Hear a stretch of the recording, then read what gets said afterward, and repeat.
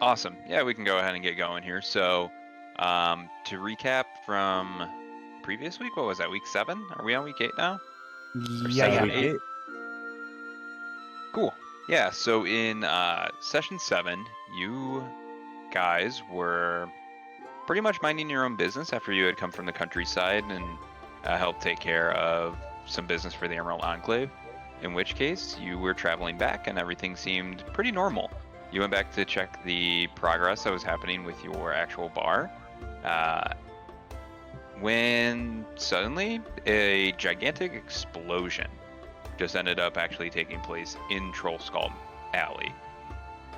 Upon a little investigation, you ended up finding that something set off a fireball. You're not sure why, you're not sure what the purpose behind it was. You just know that someone ended up shooting off this fireball, and then you got some witness reports that the person or someone scurried off afterwards. And so in your investigations, you tried to find out who exactly it was, and it led you to the House of the Inspired Hand, a temple in Waterdeep with a lot of inventors.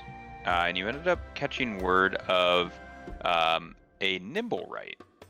Some people ended up talking about this was possibly one of the things that you saw in the, or that someone saw in Troll Skull Alley shortly after the explosion, scurrying along the rooftops, and someone tipped you off to go ahead and actually check the temple.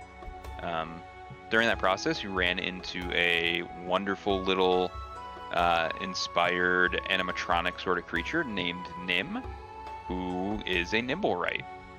And in doing so, and in questioning nimble-right, or Nim, you ended up finding that he actually creates other nimble-rights, just to give him a little bit of company. Nim gave you the idea that he wasn't the one that set him off, but you don't know if anyone else is actually using them for any sort of nefarious means. And in the end, Nim ended up telling you that possibly the person that was helping him create these things was someone by the name of Jarlaxle. And I'm pretty sure that's where we ended last week. Yeah, I think so. Yeah. Mm-hmm. Yep. Yeah. Sounds so, about right. To my knowledge, I don't think that we actually left the temple at all, if I'm not mistaken. Yeah, I don't think we did. Oh, left one important piece of information out there. Nim did give you a way to actually locate different nimble-rights along the city, in which he gave you a nimble-right detector that shows you when you are getting closer to a nimble-right, it will actually go off when you squeeze the handle of it. Oh, that's right. I remember that. I forgot. Yeah, the strange umbrella-looking device. The Yeah, that's probably the best way of putting it. Yeah, a wee-woo machine. Wee woo machine. music goes and the umbrella turns around.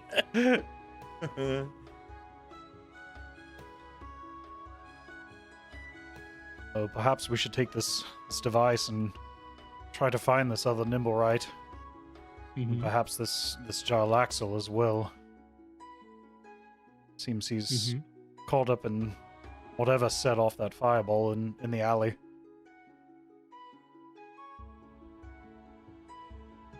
Lord knows if he has one of these, he could perhaps have many more. We wouldn't want that running around while we were trying to do business.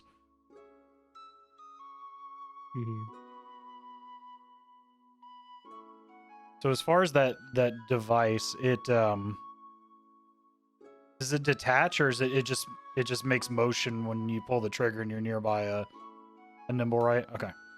The latter, yeah. Okay. What do you say, gentlemen? Should we perhaps head further north, or perhaps just see where this device leads us? Give it a couple squeezes. Let's go. It goes off like crazy as you are in the proximity of Nim. Yep. Yep.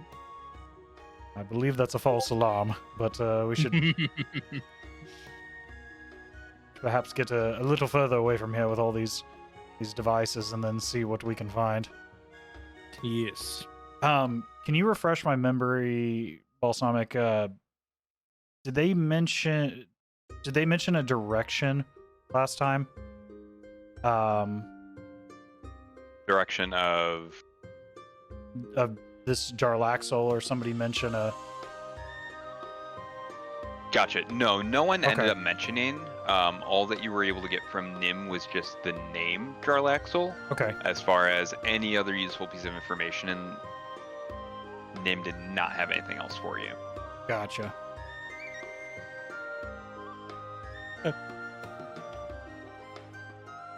Let's roll out. Who would like to take Let's go. this interesting little machine with them? Could give it to Foghorn. He could fly over. Just give it some squeezes, you know. That's true. It would certainly be easier to get away from the interference we're getting from Nim here, Mm-hmm. and be able to perhaps point us in the right direction quickly. Sure. Okay. So you guys should be seeing a map of Waterdeep. I ended up just getting a different one since the other one's broken. But as of right now, you guys are actually up in the Sea Ward. It's kind of in like the northwest corner of everything. So you could go ahead and kind of explore really whatever you wanted, honestly. Okay. I heard there are sailors in the Sea Ward. I like where this is heading. Oh, Nim, can you point us to the nearest sailors? oh my god. Hey, Nim just points back at you guys. Like, You love it. You love it. right there. Ba-dum, psh. Yeah, let's roll out. Let's roll out and find this Jarlaxle. I'll go ahead and head out. And Foghorn, do you want to perhaps fly up in the air and see if we can get a signal once we're further away from Nim? Sure. That works for me.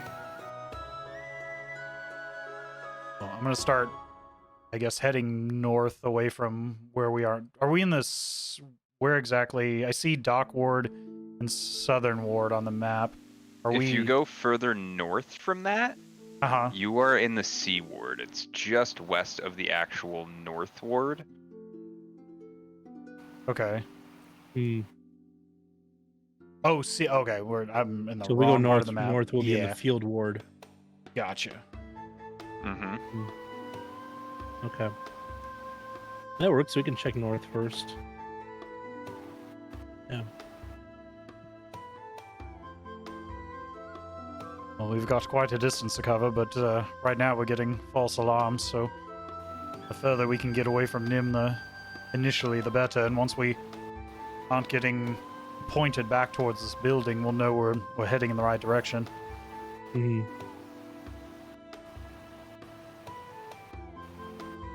Okay, perfect. So you guys are gonna kind of go north up the Sea Ward to like the Field Ward area.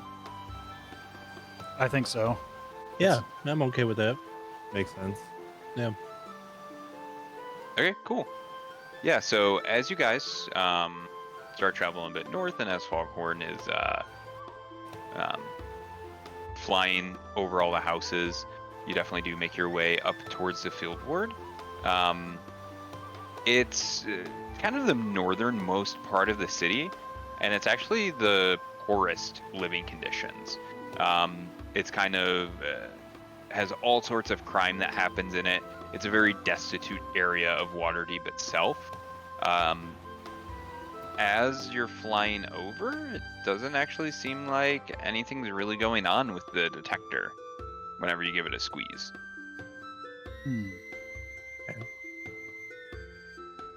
Any signals, Foghorn?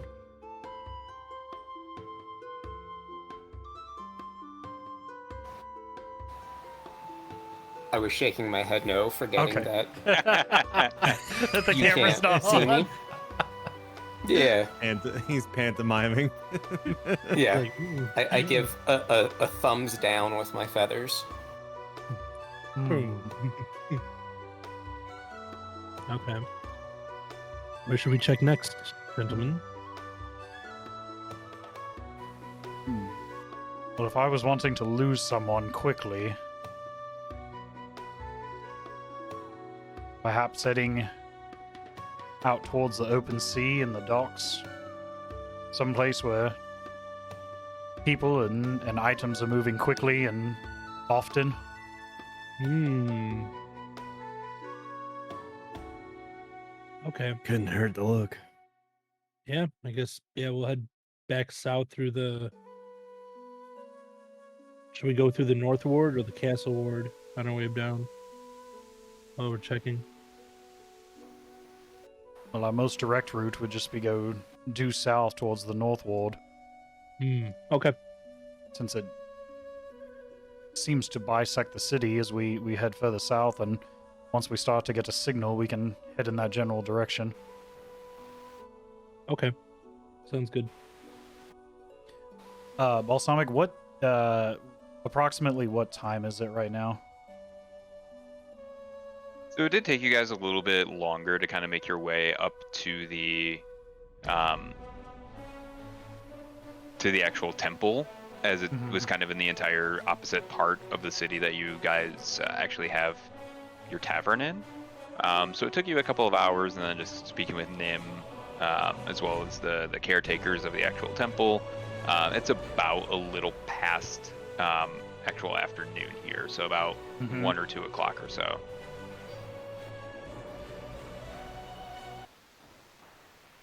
Okay. Hmm.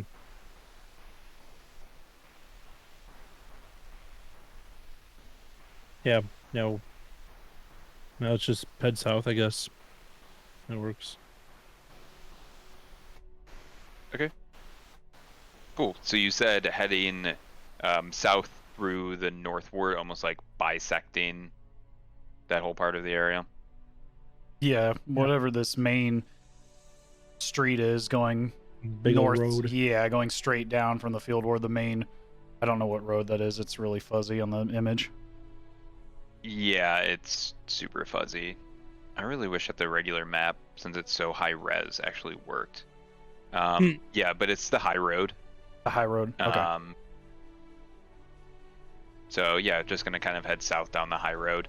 Mhm. It is a bit of a higher traffic area, just with it being one of the major roads, and it's not one of the like alleyways or little like courts that you could go through. As you make your way through, though, you actually do get stopped by a familiar face. It's actually Rainier running up to you. If you need the refresher, Rainier is the person that you ended up saving from the actual Xanathar at this point about a week or so ago. But as you kind of get closer to him, the nimble rate detector, as you are giving it a squeeze Foghorn, it starts to kick up slowly as well.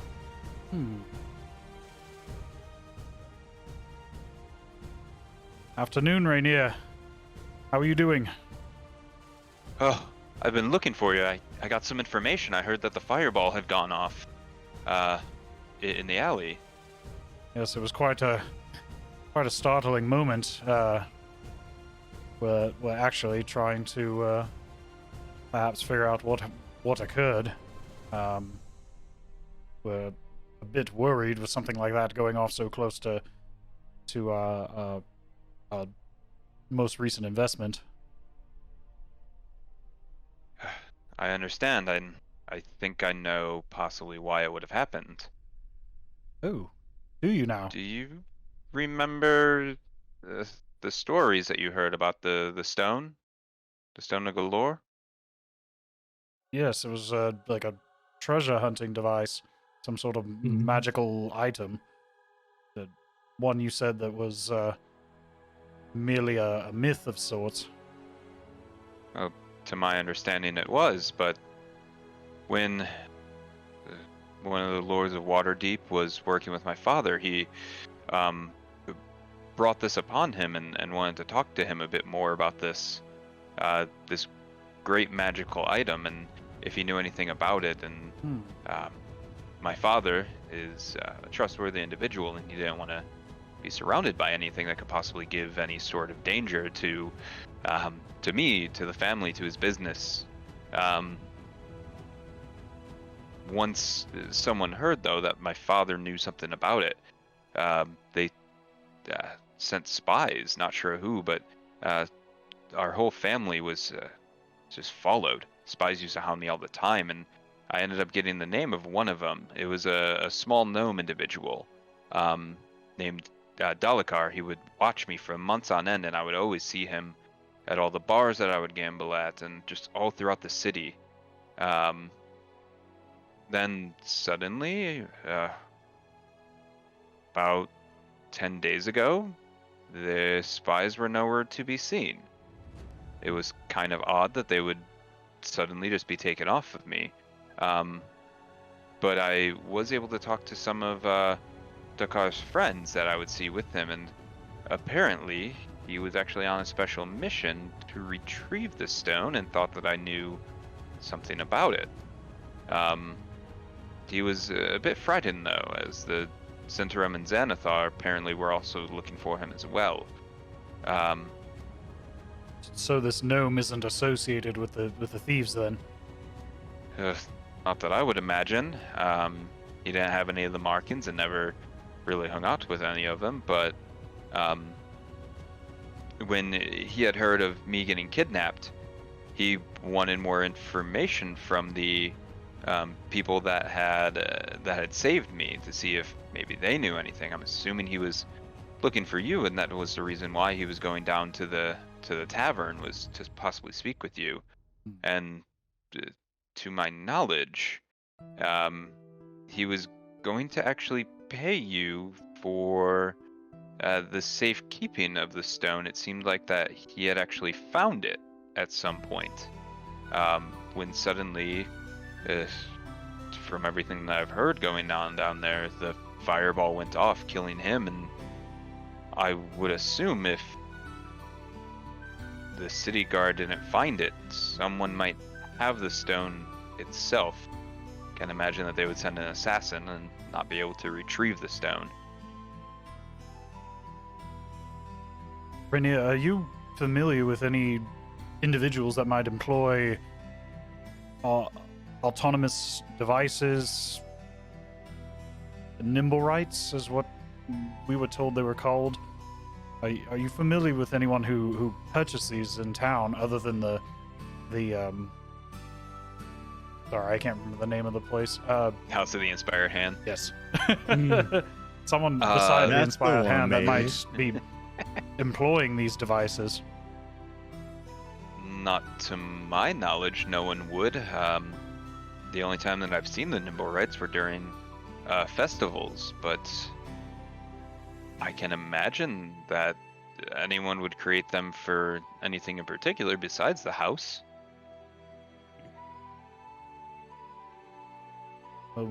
We just happened to meet one of these animatonous devices recently, and it's quite spectacular. But well, simply, I'll just cut to the point. Does the name Jarlaxle ring a bell at all? Never heard of the individual.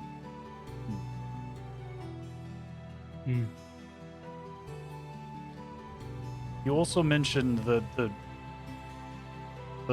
another Lord of Waterdeep.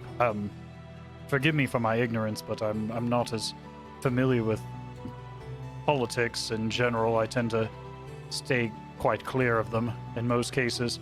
How is the city governed in general? Is it a republic of sorts? Is it a monarchy? Is it a aristocracy? Who governs the city of Waterdeep? If you don't mind me asking. Oh, suppose it's a democratic system of sorts. There, at any one time, are usually um, about 70 to 80 different lords of Waterdeep that all are the ruling council of the city. Do they tend to be at odds with one another? I guess I shouldn't ask that. Most politicians are, but are there any in particular that are at odds with one another? Perhaps at odds with the Xanathar or the Xanthrum that might also be interested in this stone? I mean, realistically, there aren't a lot of open lords. Most of them are kept secret, obviously, for their safety, but there are a couple open lords. To my knowledge, they might have a little bit of information about it, but can't assume that they would know anything more than anyone else. These open lords, perhaps could you share that information with us? Just for our own knowledge, I'm not as familiar with the politics of the city. Well, the only one that I know of right now is Pigarin. He's a paladin, to my knowledge, but outside of him, I don't think that there are many others. Paladin, you say? Maybe a contact in the future that we can trade information with and perhaps parlay if things come to blows. Abraxos, you may be able to help us with your occupation. Yeah, we'll see. Well, I'm definitely interested. We'll see about that.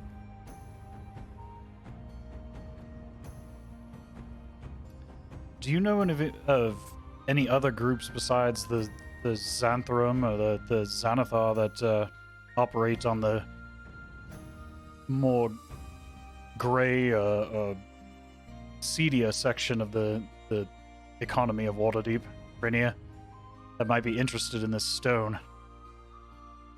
They're the only ones that I know. There might be some individuals down by the dock ward, but to my knowledge, they're the two main criminal organizations.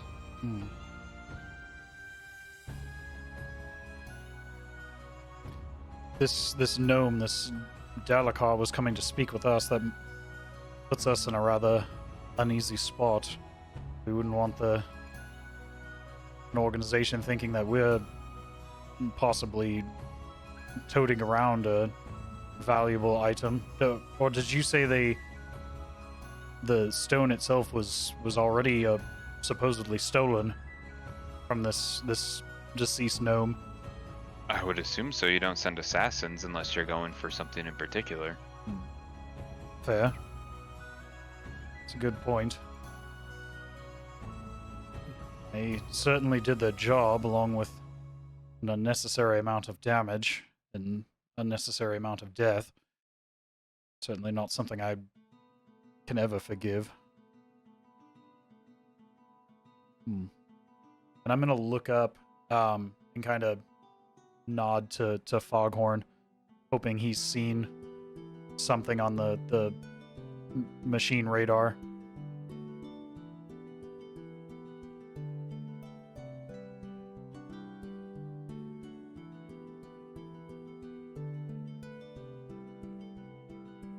I mean, ultimately, it is still spinning. Okay. It's not gaining a whole lot of speed as you all just kind of are waiting at this point. But it is spinning.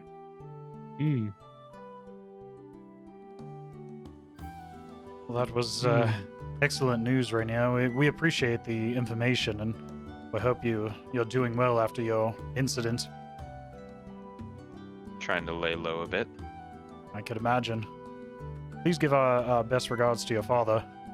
Perhaps we'll be visiting him in the future with some additional coin once the bar's up and running, and perhaps we can do some additional business. Of course. Well, with that, gentlemen, I believe we need to be on our way Mm-hmm. while the light is still with us. True. Hmm. Well, it was wonderful seeing you, Rainier. I'm glad to see you in good health, but we're going to have to be on our way. He waves cheerfully. Once we're far, once we're far enough away, I'm gonna wave up to Foghorn and see if the as we move further south to see if the machine's picking up speed at all.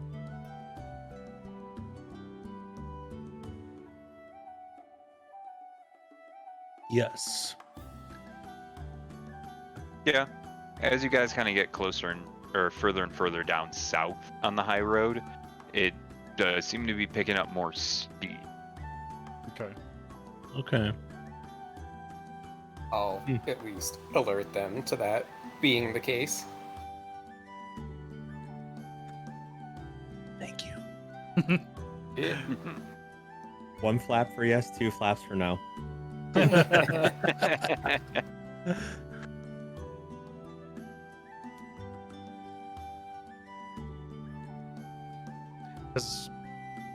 I'm gonna kind of wave my hands up in the air and point one in direction or the other just to see if we can see if there's a variance in the machine's speed as we move left or right along as we move south.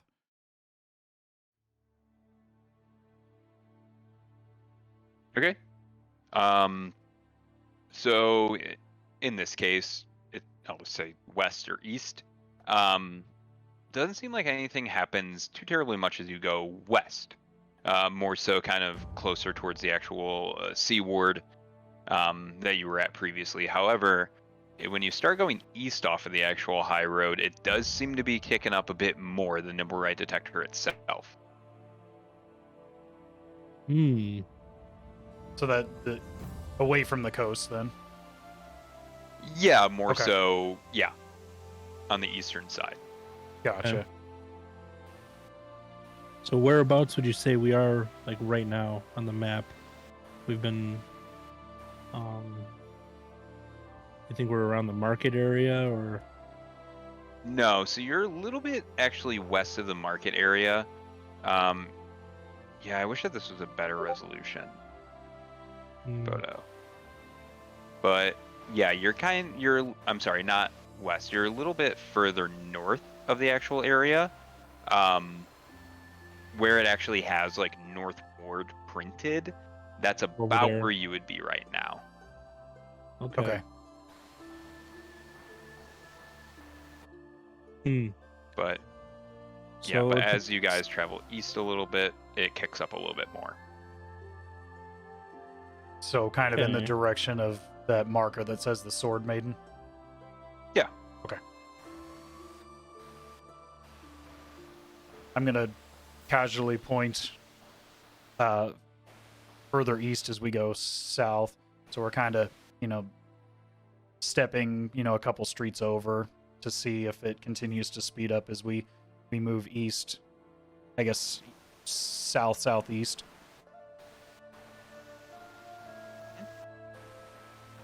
Yeah, so as you guys do head east, it is kicking up, and at this point, it seems to be going very, very fast. You kind of use a bit of triangulation, more or less, to more so kind of pinpoint an area where this is going off.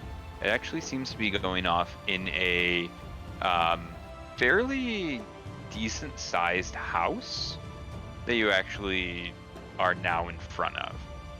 There is quite a bit of foot traffic, but it does seem like a fairly big property for where you are that seems to have what almost seems like a quartermaster's stall, as well as a house that is roughly about 2 stories high.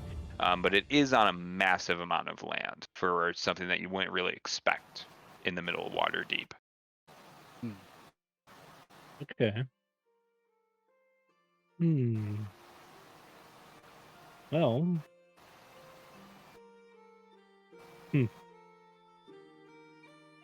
Are there any signposts or street markers that I can see that would indicate who the owner or manager of the property is, or what the property is? Mm-hmm.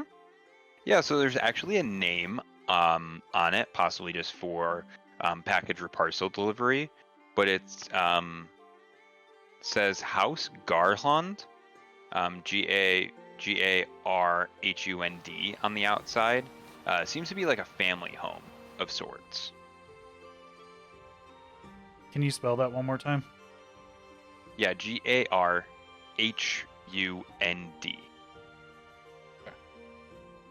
Arhund.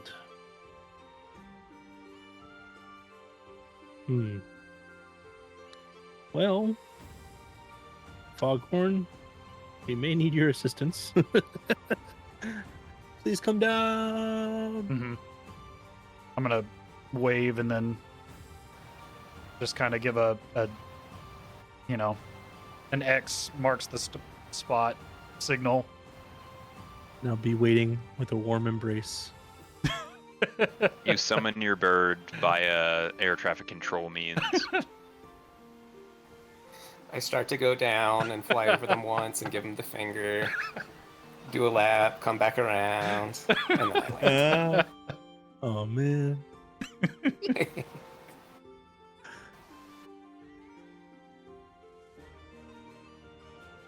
Well, it seems we may have located our escaped nimble right. Perhaps we should do a little perimeter observation first, and then to see if we see anything of note before doing a more invasive search or incursion into the property, if possible. Yeah, let's go peek around a little bit. As we're walking, I'm gonna just observe, see if there's any windows open or entrances, rooftop entrances, anything that would be easy to access without being seen from the city streets. So the actual property itself is surrounded by not necessarily a walled area, but there is a large wall up on the northern side of it, and then it seems to go into like almost like a courtyard area, and then the actual house itself is more so on the west side of the property. It doesn't really seem like that there's too much in the way of any way of getting in unseen.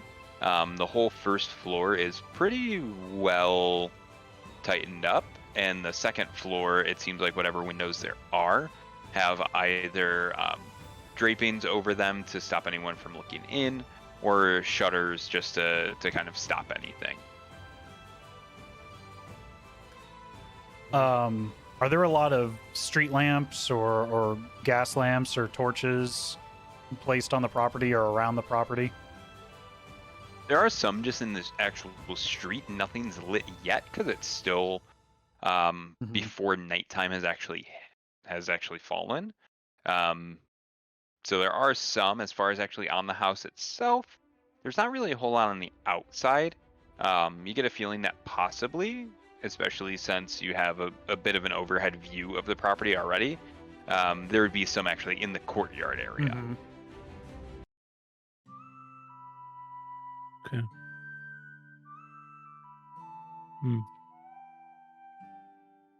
Well, perhaps we should try the more diplomatic approach first, and if that fails, we can try a bit more of a less diplomatic approach. Which I'm all for. I'm all ears, baby. I slap Shiny's shield. Let's go, baby. Oh, I'm aching for a fight. Well, let's be smart. Yeah. This appears to be quite a nice property. We wouldn't want the city guard barreling down our throats after a fireball went off. Mhm. We're already quite alert. Or another fireball can go off. I'll just wave the amulet. Perhaps let's save that until we're trying to run away. Yeah. Okay. I will- Yeah. I will say if there's not too much light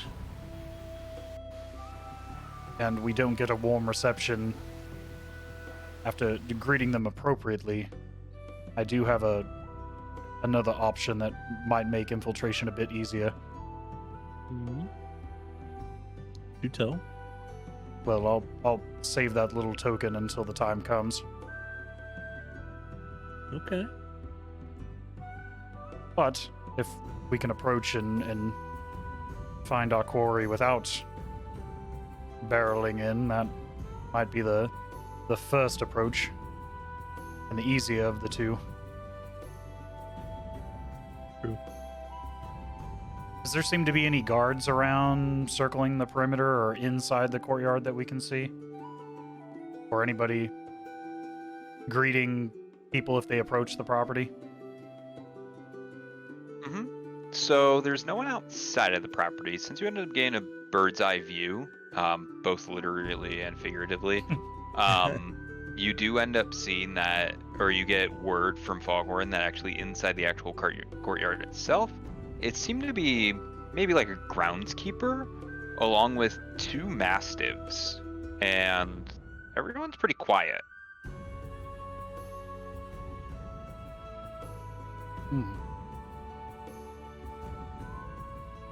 What do you say, gentlemen? Perhaps we should be kind and knock on the door first, and then if nobody answers the door, then we go to plan B. Okay. Yeah. Sounds good.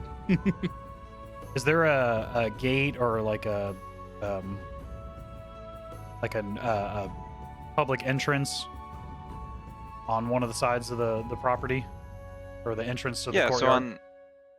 so on the actual north end of the property, there is a gate itself. It seems to be the one that leads to the courtyard area, but it does seem like you could possibly make your way up that way and give it a knock or see if anyone would greet you. Okay.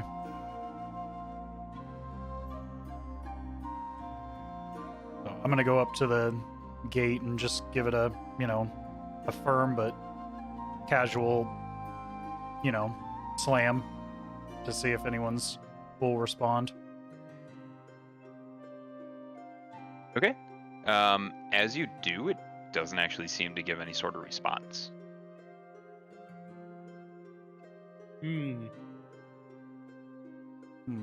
Okay.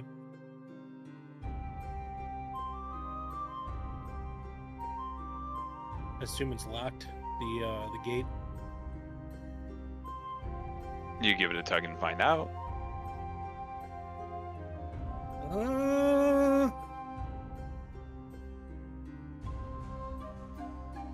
You said earlier there were two mastiffs inside the courtyard.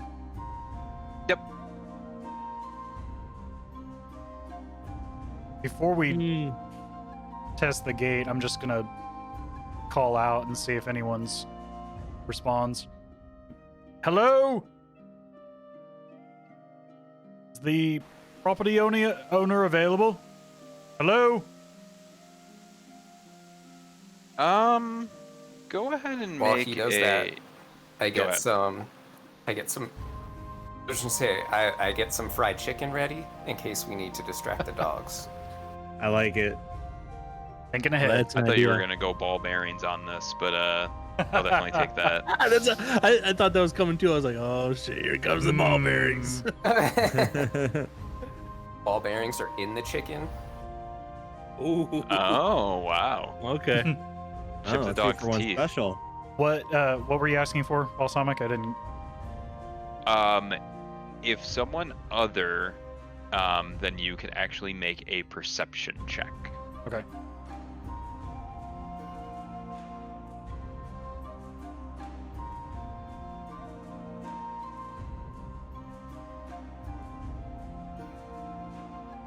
Doesn't matter who. Oh, I thought it was specific. Sorry, I was on mute. I have a +3. Oh yeah. Twinsies. You've also seen the grounds from above too. All right. I shall then. Yikes! Okay. I perceive nothing. It's a house. Hey guys, house. Oh damn! I was about to get a 16. It's like not JK. Oh, look at that. 6-9. Hey. Nice. Rolled a 22. There we go. Okay. Actually That's what nice. Nice. we needed. Wonderful. You guys got saved by the bird. But as this is happening,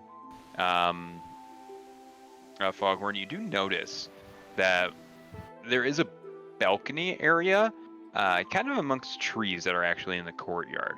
But you suddenly see the blinds kind of open and then quickly shut.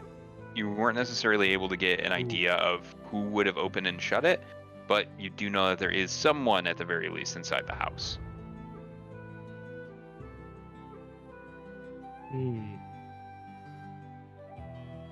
Okay.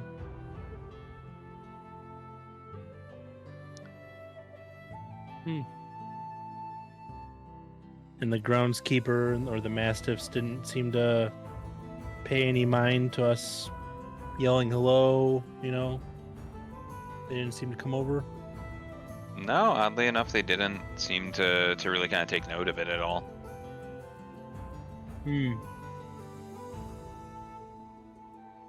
Foghorn, do you still have that chicken?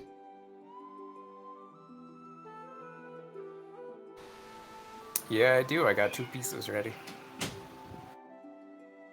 Perhaps if the individuals inside the home won't answer us, I do have another option if we can make friends with these mastiffs.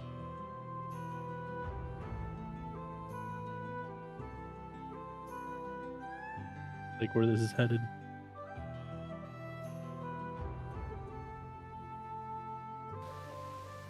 Sometimes well-fed animals have a better chance of loosening their lips.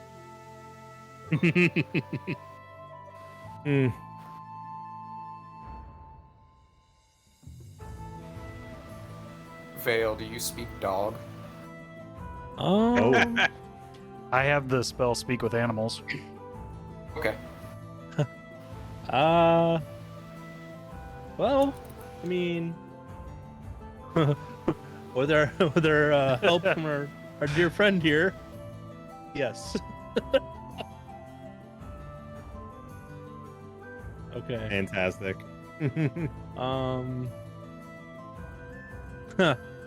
What should we say to these dogs? Oh, What's up, dog? Yo, what up, dog?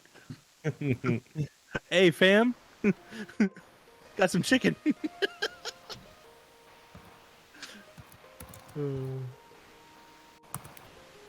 Well, do we want to try that first before we get potentially bitten in the ass by a dog on the way in? Yeah, let's definitely try and talk to these dogs. And give them some chicken. Okay. I'm going to cast Speak with Animals. Okay, cool.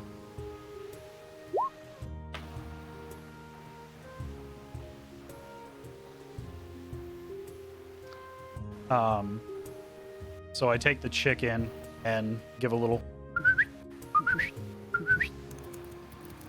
hello, and it Try to get them to come over a bit. yeah, and I'm gonna leave it just inside the fence line. Okay. So the two dogs do end up walking over, but it seems like they're paying no interest to the actual chicken itself, as they kind of see you guys actually at the fence line, but they end up just getting up and leaving.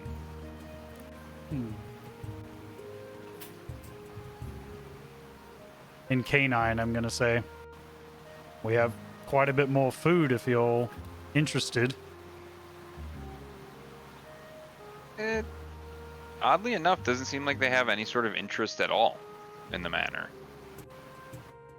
You gotta say it like sounding like DMX. You gotta be like, Yeah, you have to actually bark at the dogs.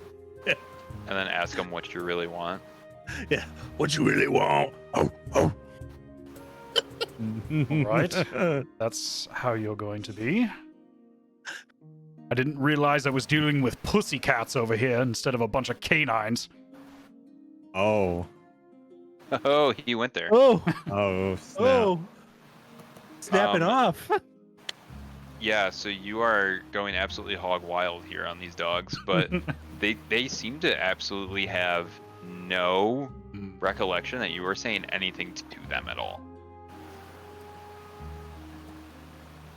Let's just sit behind the gate for an hour, just talk smack to the dog. You just continue to talk shit to these mastiffs. Right, well, it seems you're not going to do anything, and I'm going to gesture as if I'm going to climb up over the fence and see how they react. Okay. I'd like So to point out at this point, I pull out a third piece of fried chicken and I start to eat it myself. Nice. all right, you can gain inspiration from your chicken. Oh yeah! That's amazing. Let's go. It is delicious chicken. So Chicken might fried even oh, chicken call it- inspiration. ouchie. Inspiration. Mind blowing. Yeah, I guess Inspiration. we can call it Inspiration. that. I don't like it, but I'll allow it. I lose inspiration for a pun. Yeah, whatever you gain just goes away now. I have to roll with advantage and disadvantage at At the same exact time. same time. You roll 2 dice and you take Roll the lower 3 of dri- it. Oh. So do the dogs react as I start to climb up the side of the fence? Yes, the dogs do start to react a bit. As you go to do that, they don't make any noise, which is quite odd. But they do end up making their way over to where you would kind of land from. But then also the groundskeeper himself starts to walk over. About time. I'm gonna hop down once I see him. Apologies. We were trying to see if anyone was home. We had some potential business with the owner. Is that you? The groundskeeper just kind of looks at you. Doesn't make any sort of conversation or anything like that.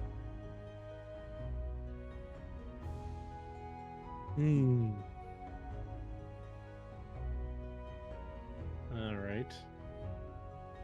We were told to come here by an acquaintance, a young man we had met over the last couple of weeks. We're interested in trading for some supplies, some goods for our new business.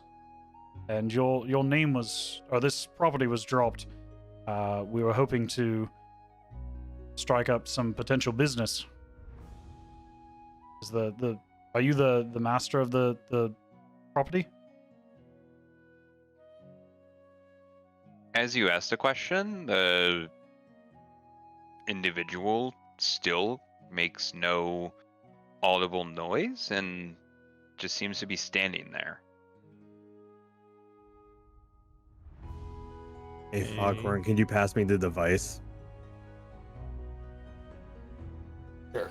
I hand him the device, and I also have finished my piece of chicken and offer to throw a bone at the guy to see if we get the groundskeeper's attention that way. You're just gonna huck a bone at the groundskeeper? I'm offering the idea of it. I'm not actually doing it. Okay. Got it. I'm giving him both the device and a chicken bone. So I'm gonna hold that. I'm gonna keep. I'm gonna think about it. All right, so I'm gonna pull the trigger on the device, aiming it at him, the groundskeeper.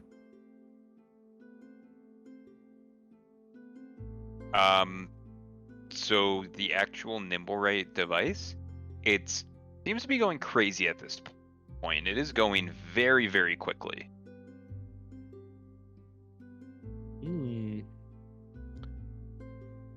Can I make a check of some sort to see if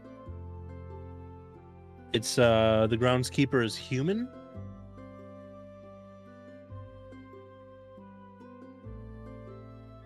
Yeah, you definitely could.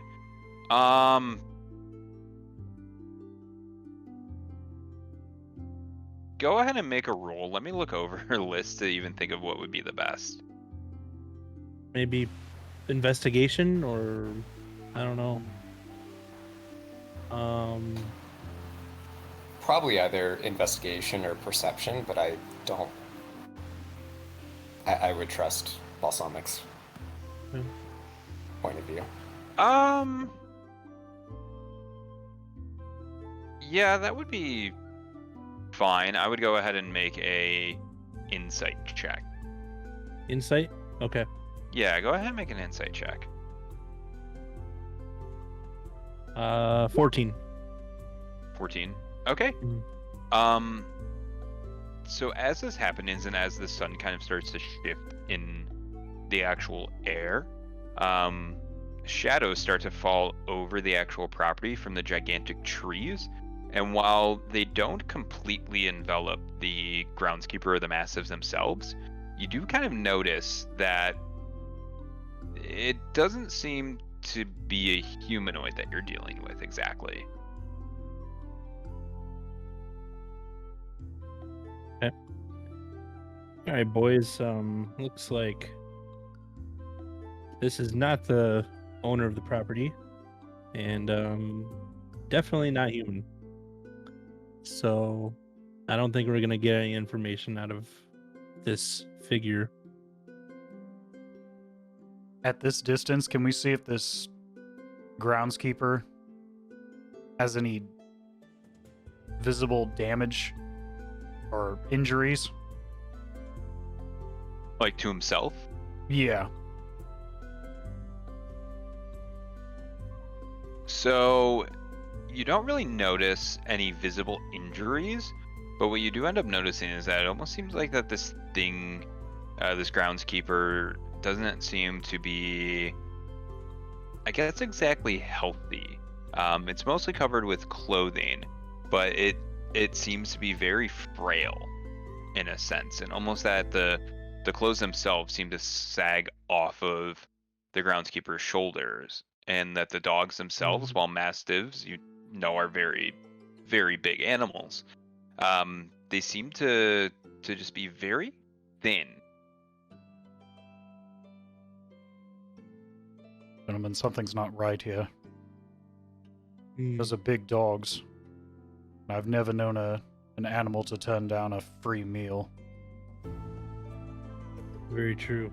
I don't think we're dealing with any type of organic creatures here, or at least not ones that are of this mortal coil. Something's not quite right. I think we've found exactly what we're looking for. I think you're right.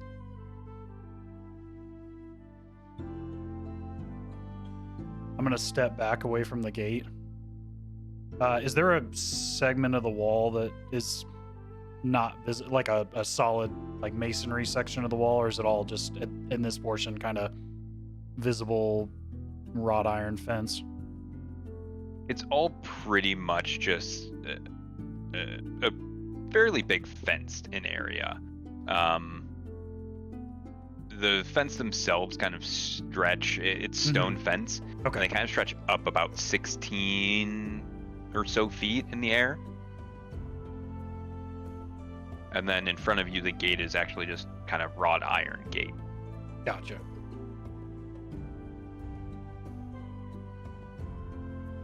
I think our best option is to wait until after dark. I believe all of us have the gift of night sight. We can perhaps have a better opportunity of taking these creatures by surprise or infiltrating when the sun has gone down. And at worst, we can at least get the drop on these creatures as we investigate if we do need to start a fight. True.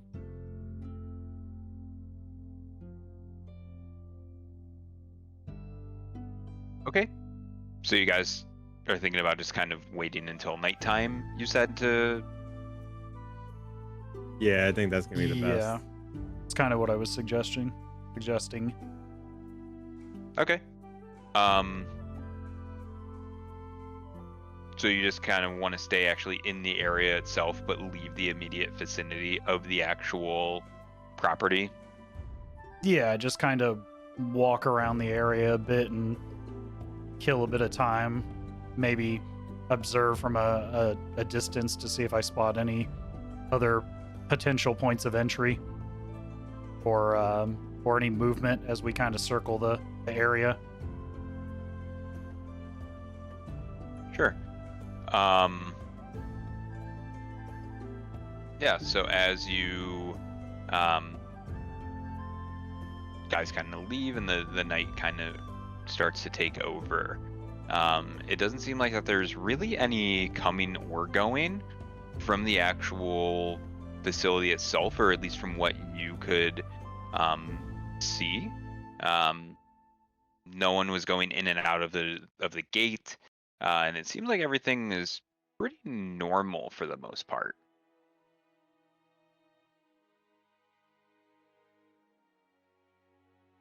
What is the what's the lighting situation now that it's kind of become after dark? Is it a pretty well lit area, or is it just along the main roads? So it really along the main roads are the only portion where there actually is a whole lot of light.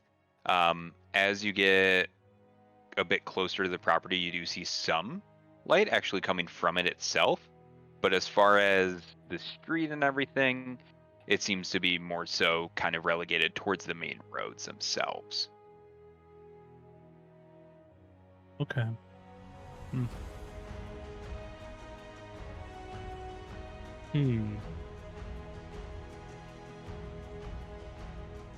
Gentlemen, if I can get the gate open from the inside, but before I say that, did the gate have some sort of visible lock on it that we could see, or did it? Yeah, it does have a lock on it itself.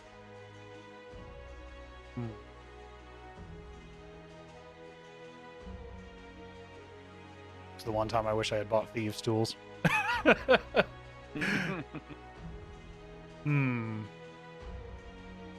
I have these tools on me? Hold on. I mean, you do got a shield. Just saying. No, I know, but I'm a very deceptive. Like, my character's very deceptive and stuff. So I thought I might have had it with me. I'm looking at my inventory.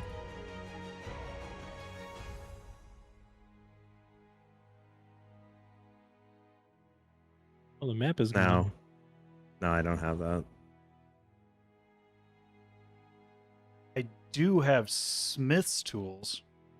It wouldn't be as stealthy as a lockpick, but could I potentially use a smithing hammer and like some sort of strike or a piton to potentially swiftly break the lock? If you have it with you, sure, absolutely. You could go ahead and use that and try to knock out whatever lock there might be.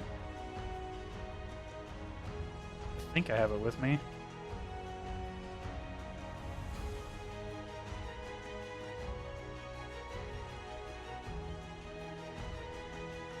Turn into a cow and rush this gate. But you only can shapeshift once a day, right? Twice. Twice a Oh, day. twice. You could do it. Wait, I don't. No, I'm proficient with Smith's tools. I don't have any. Dang it. No, I don't have any on me.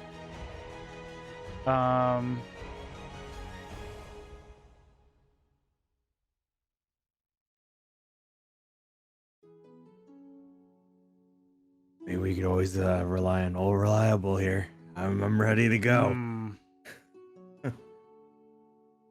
My only concern is we may spark the suspicion of the city guard if we make too much noise. And they're already on high alert after what happened in Troll Skull Alley.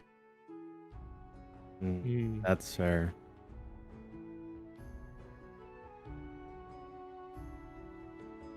We're fairly certain of what's in this property, but until we've are 100% certain, we have no means of proving ourselves.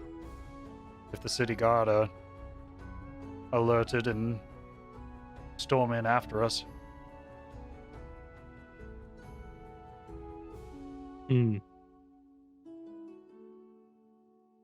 Wonder if spider would be small enough to actually climb inside of the lock and pick the lock from inside of it. That's using your noodle. You could definitely give that a whirl.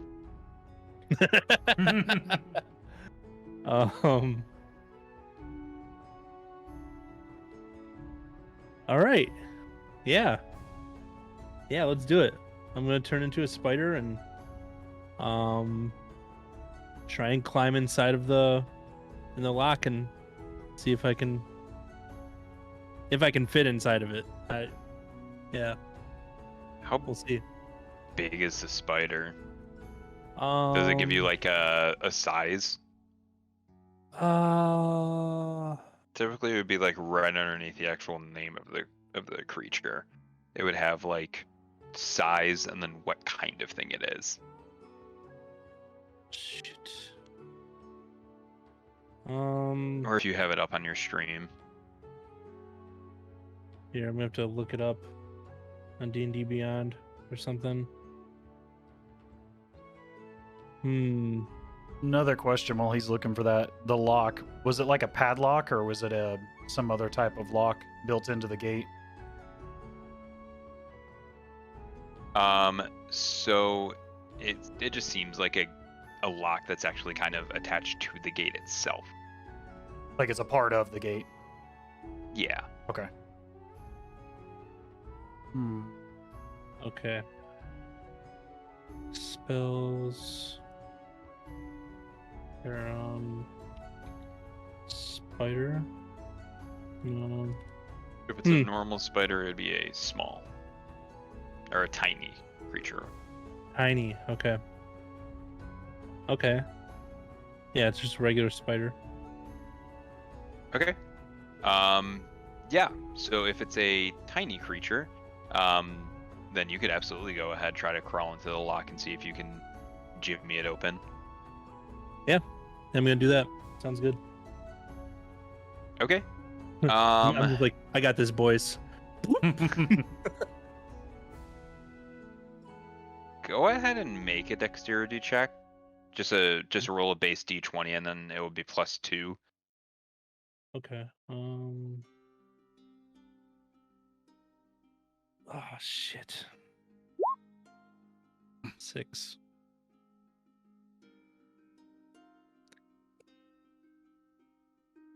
It takes you some time to do it, but since that's your main objective, you are able to kind of move the pins out of place and it seems like the lock suddenly does seem to fall, as it is open at this point. Yes.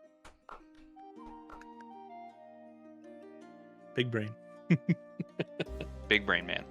Don't need any filthy thieves' tools. We got Spider Boy.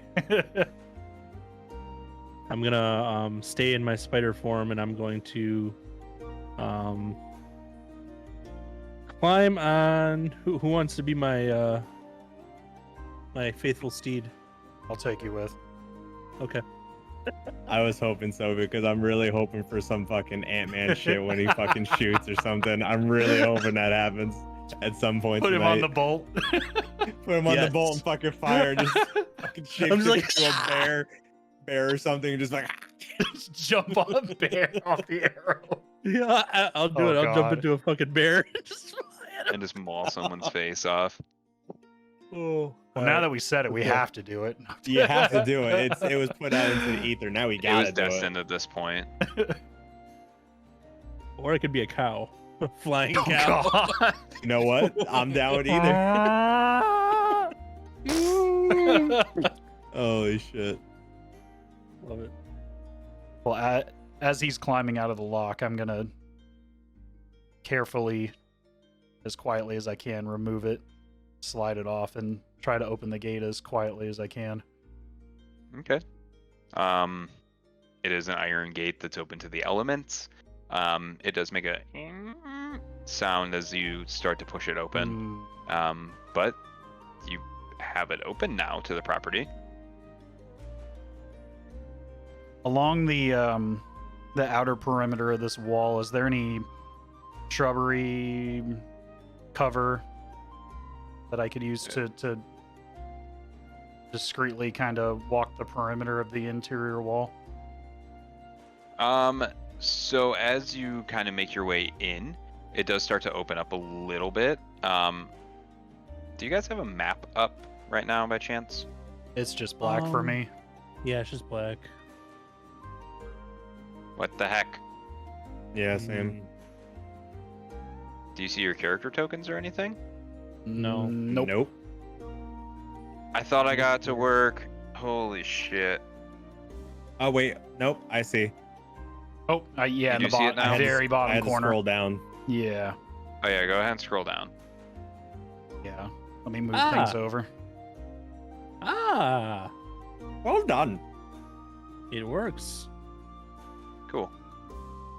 So as you guys make your way actually into the ground itself, you still see the tall trees that were there previous.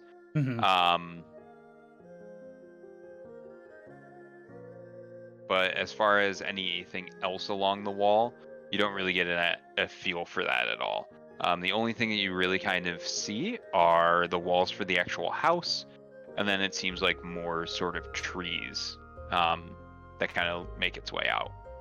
But it seems like there's some really tall, lush trees actually on the property. So I'm gonna carefully walk around the perimeter using the trees as cover, trying to stick to the shadows as much as possible. Okay.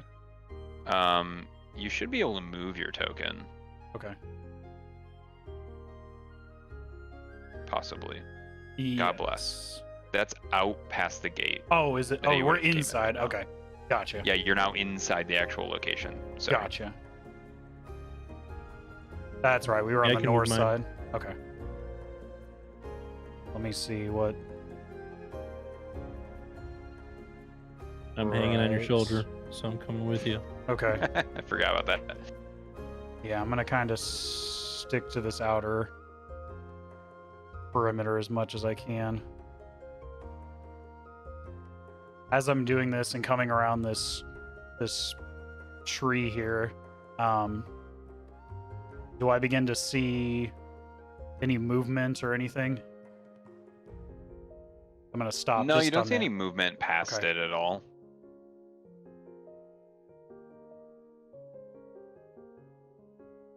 Hmm. I'm I'm assuming this wall here on the other, directly on the other side of the tree, is the outside of the building. So that's the wall. Okay. Oh, another. You're kind of going all the way along the wall.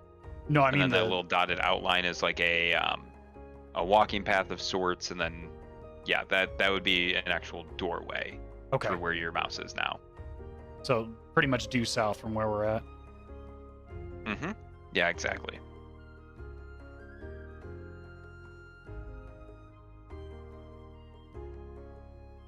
All right, I'm going to.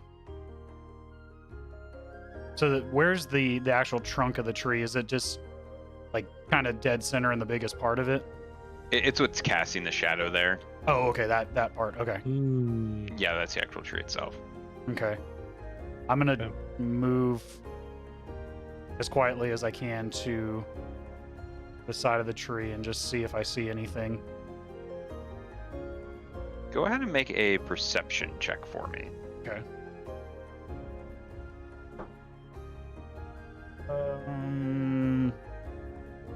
13. Okay, so as you kind of continue past, you do end up noticing kind of in the immediate 3 shadowy figures. And by shadowy figures, I literally mean they look like moving shadows.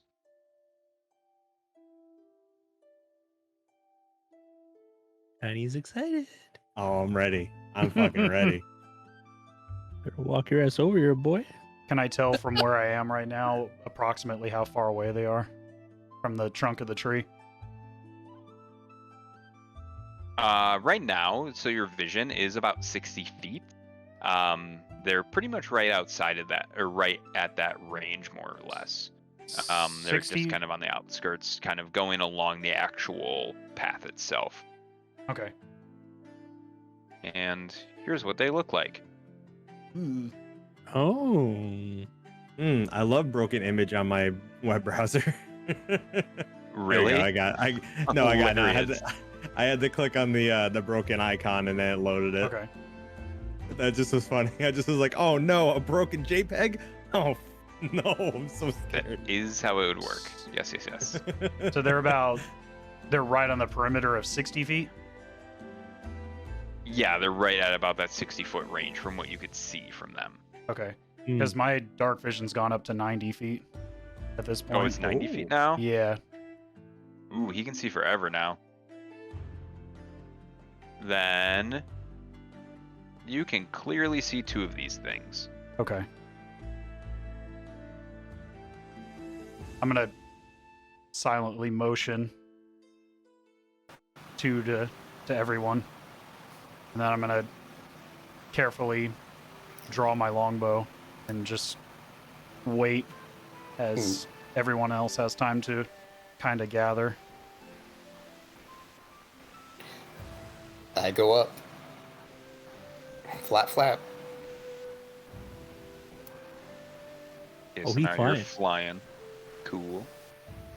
Mm-hmm.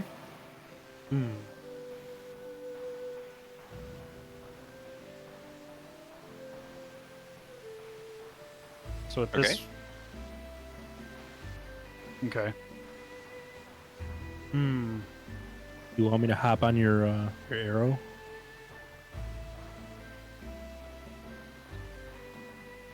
Do we see anything? These are the only creatures we see. There's no sign of the Groundskeeper or the Mastiffs from earlier?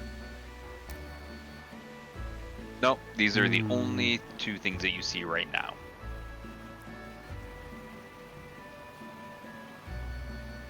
If we can avoid these are not a primary target.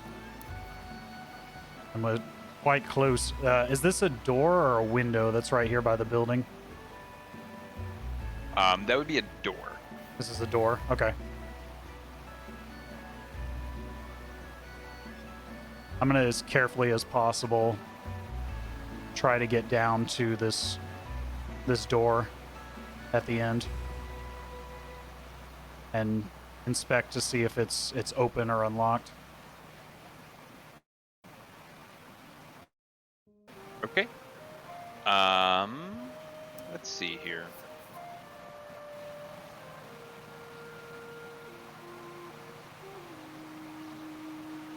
Yeah, so as I'm gonna need a stealth check if you're gonna be doing that. Okay. Am I in total darkness right now, or is there a light source somewhere? There is a slight light source just at the door itself, so you're not in complete darkness now. Okay.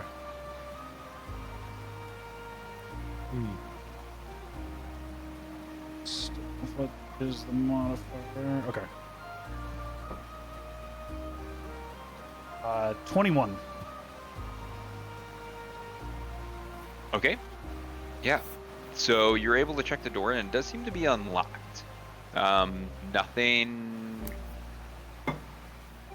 seems to be caught, or seems to catch you in the act at all. Nice. I'm gonna kind of motion my finger up. I'm assuming you're on my shoulder, Vale, or somewhere. Oh, yeah. Okay. I'm gonna kind of motion to, because I'm assuming there's a slight gap under the door or in through the keyhole that we could pass through and kind of scope it out first before opening the door. Yeah. Yeah. I will certainly. Yep. So I'll kneel down and just kind of put my fingertips down by the crack of the door. Sounds good. Just make a little makeshift bridge down to the crack of the door. Yeah.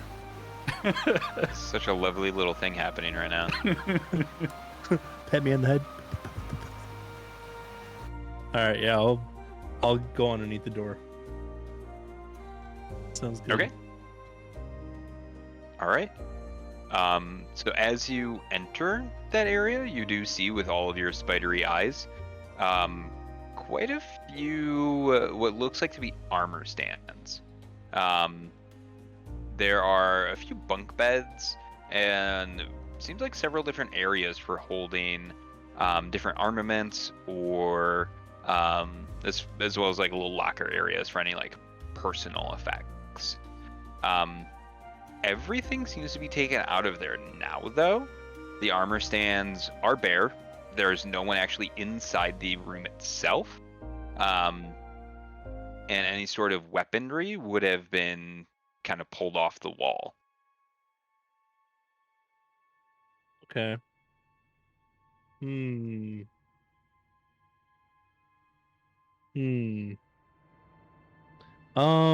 I explore a little bit? Like, try and make my way through the room? Mhm. Okay, so I'm gonna move right here. So there's like 2 doors. Yep.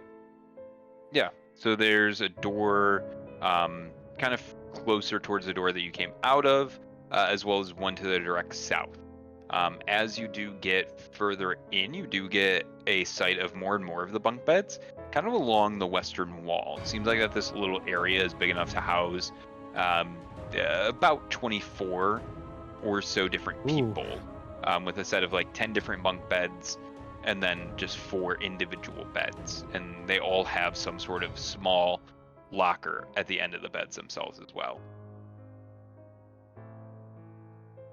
Okay. Are there any like slits or holes in any of these lockers to where I can like crawl my way in? No, none of them are necessarily locked. They're just kind of have a lid that opens or closes on them. Ah, okay. So I can't. Yeah, I can't do nothing with that. Well, Stopper, did you check this door to see if it was locked? The main door? It was unlocked. Oh, the main door was unlocked? This one that I'm at right now is unlocked. Ah, okay. At least that's what you had said. Am I correct, Balsamic? Yep, okay. Exactly. Okay.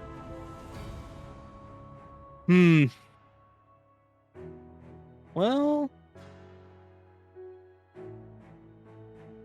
I mean,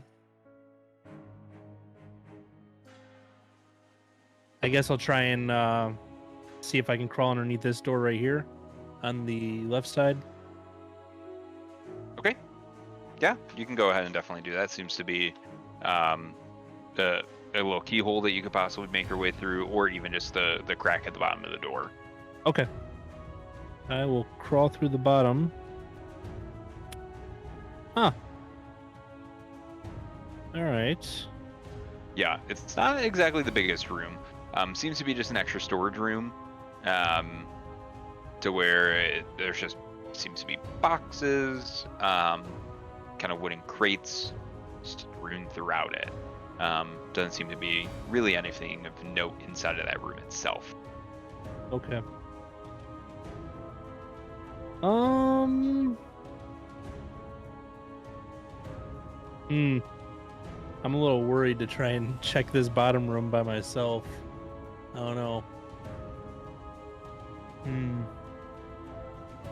While he's doing this, I'm assuming Kai's kind of looking back and forth, just watching and waiting for him to come back out, but watching to make sure nothing comes around either corner.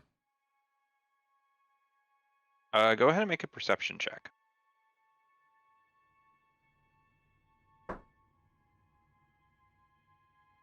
Not as good. 11. Okay. So as this is happening, suddenly you do catch wind of one of those shadowy creatures kind of starting to come up to you. And then Abraxos, can you make a perception check as well? Sure.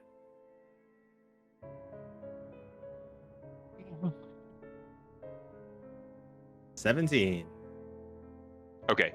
As this is happening, you also notice another one that's coming along the side of Kai as well, that Kai is not able to see. But it seems like that these creatures are starting to come up to you. I will need initiative rolls. Oh, baby, here we go. Oh boy. Yikes. Cue the battle music.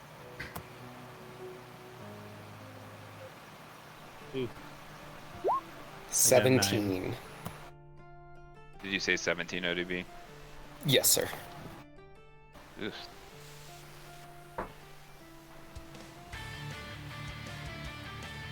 There's the battle music. That's what we're looking for. 23. 23? Yeah, Okay. 18 plus 5. I got a 9. I got a 6. Ooh, damn. Yeah, not exactly the best. Yeah, I actually got to these add ones. my wisdom modifier to my initiative rolls now. Cool. So, yeah, so you can go ahead and go then here, Kai. You Okay. do see one shadowy creature just kind of making its way directly over towards you. At this point, it did go around the actual corner that you weren't able to see, so it is about 15 feet or so from you. So it's like right on this left or the right-hand corner from me? Right corner. Right corner, okay. All right. Then I'm going to step away towards this trunk. Am I out of any type of light? Am I in total darkness? At this point, underneath the tree, yeah, you would be in total darkness. Okay. So I'm going to...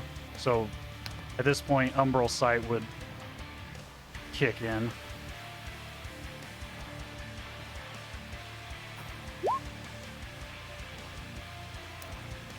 So at this point, I just vanish in the darkness.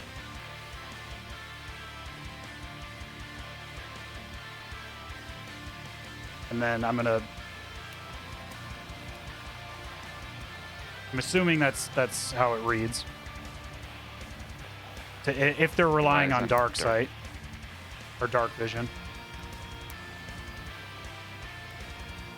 Okay. That's good to know. And then I'm So going you just kind of moved out of the way of the actual creature. Yeah. So can I are there on the...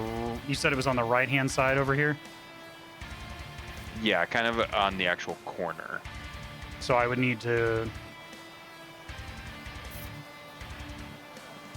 So I'm assuming I step back 1, 2, 3, 4, 20 feet. And then... Hold on one sec. I gotta look at the other thing that triggers on round 1.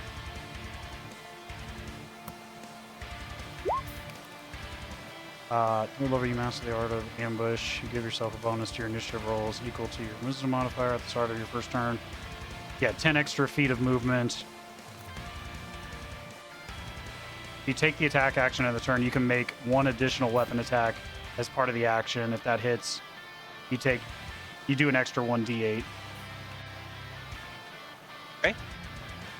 So I'm assuming I've moved 20 feet. I have 25 more at this point because of that extra 10 feet. Sure. So right now I don't have line of sight of the creature. No, right now you would have direct line of sight of the creature. Okay. Then I'm going to go ahead and take my first shot. And it can't see me at all, correct? If it's relying on dark vision? It cannot see you right now, no. So I would do that with advantage? You would be attacking with advantage? Yes. If it can't see me, but I can see it. Is there something that gives you that? Well, right now, anything that relies on, because of umbral sight, anything that relies on dark vision, if it's relying on dark vision to see in total darkness, then it can't see me. Oh, so you are completely invisible then. Yeah, you are also adept at evading creatures and rely on dark vision. While in darkness, you are invisible to any creature that relies on dark vision to see you in that darkness. Okay.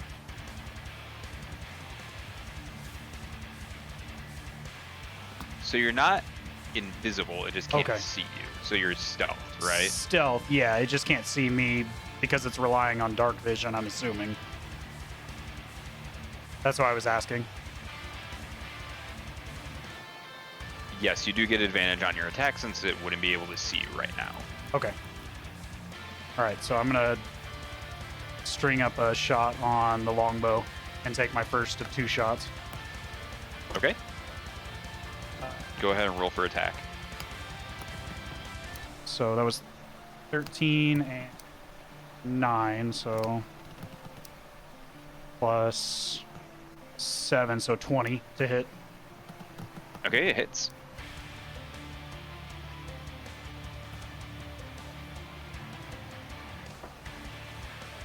Oh, crappy damage. 4 piercing damage.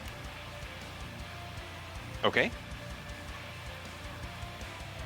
And then I'm going to take my second shot. Is that with advantage as well, because it still can't see me? Yes, it would still be with advantage. Oh, a 1 and a 5 on advantage.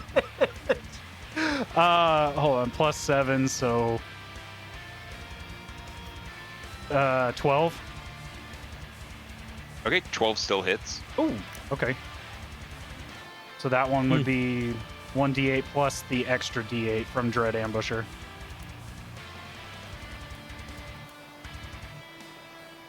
Okay. It's not great. 4 plus 3 plus 3, so 10 damage. Piercing. Okay. Cool. And then So I'm... Go ahead, sorry. Yeah, and I'll just end it there. Okay. So as this is happening, the arrows almost seem to pass through it. It does seem to give some sort of reaction to getting hit by these arrows, but it doesn't necessarily seem to be making any sort of like purchase with any actual like mass itself.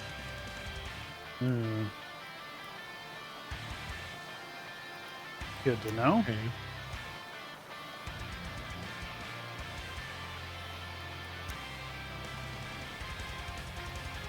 Cool. That would leave ODB. So the map thing doesn't really work on my laptop that well, so you're gonna have to move me and help paint a picture a little bit more for me. Okay. But seeing, well, how far away am I from what Stopper just did? I would assume that you probably would have been around the rest of the gang during this point. So around Stopper, you're pretty close. I would say you're flying over the trees, maybe about 10 feet from him, and you would be 30 or so feet from the one shadow that Stopper had been hitting. Okay.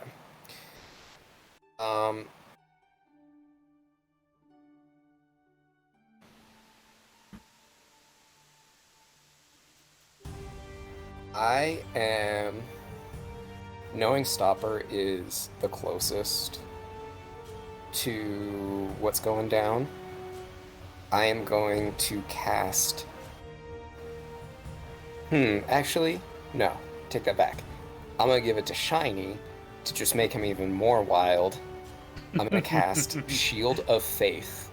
A shimmering field appears and surrounds a creature of my choice within range, Mr. Shiny, granting a +2 bonus to AC for the duration. Yo, you did. And it lasts... Not to cut you off, you know what's hilarious is that when it was my turn, I was going to cast the same thing, so you just saved me a step. There you go. And the duration is 10 minutes, so I assume that will encompass at least this initial fight. And Shield of Faith is a bonus action, so you still have your regular actions as well. Yes, sir. Shit.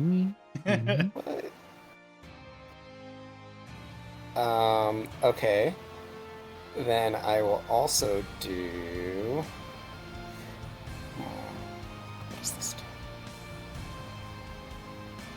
This kind of feels like you just put lead plate on the outside of a Panzer tank. Yeah.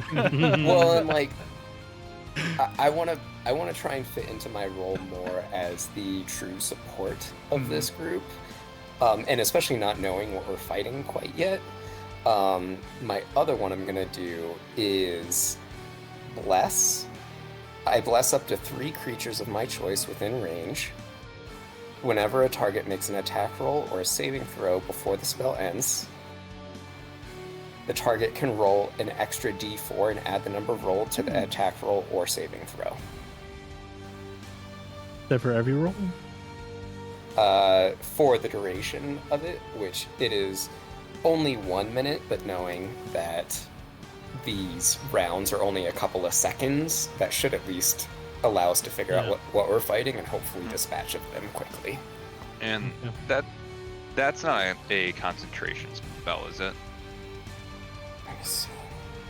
Your Shield of Faith is. I don't think that your bless is, though. That won't hit me, unfortunately. I'm inside. Okay. Let's see, it's it is concentration up to 1 minute. Okay, so you can only concentrate on one spell at a time. So if you were to do Bless, you would be dropping your Shield of Faith. Okay, then let's not do that. Thank you for letting me.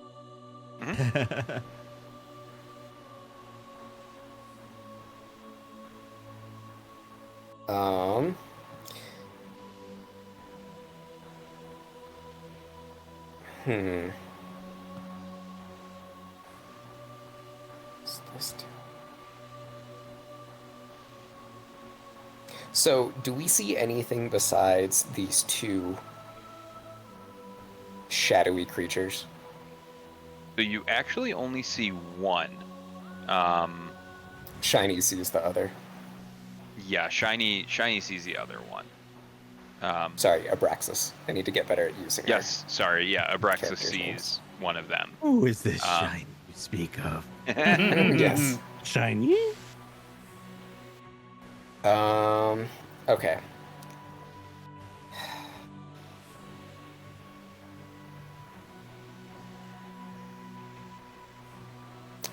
I mean, I guess I'll still throw a javelin at it, even though it didn't really do much. I kind of just want to keep testing, so I'll throw a javelin.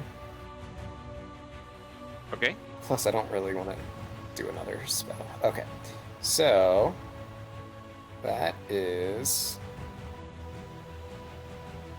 a 13 to hit. Okay, 13 does hit.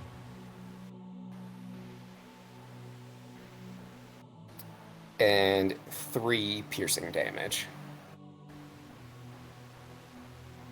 Okay, cool. Same thing kind of happens. You get an idea that your weapon damages isn't really affecting these things too terribly much.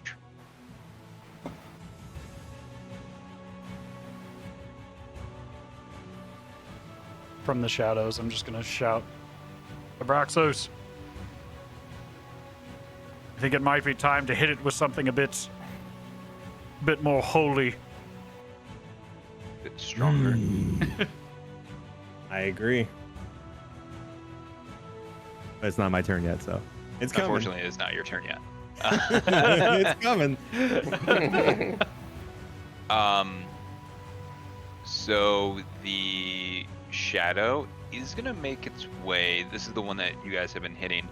Is gonna make its way into the actual trees itself. And while it doesn't see Kai, it does end up seeing Abraxos, and it's gonna go ahead and try to hit you here. And remember, you have your +2 with your Shield of Faith there. So what would that be? For 18.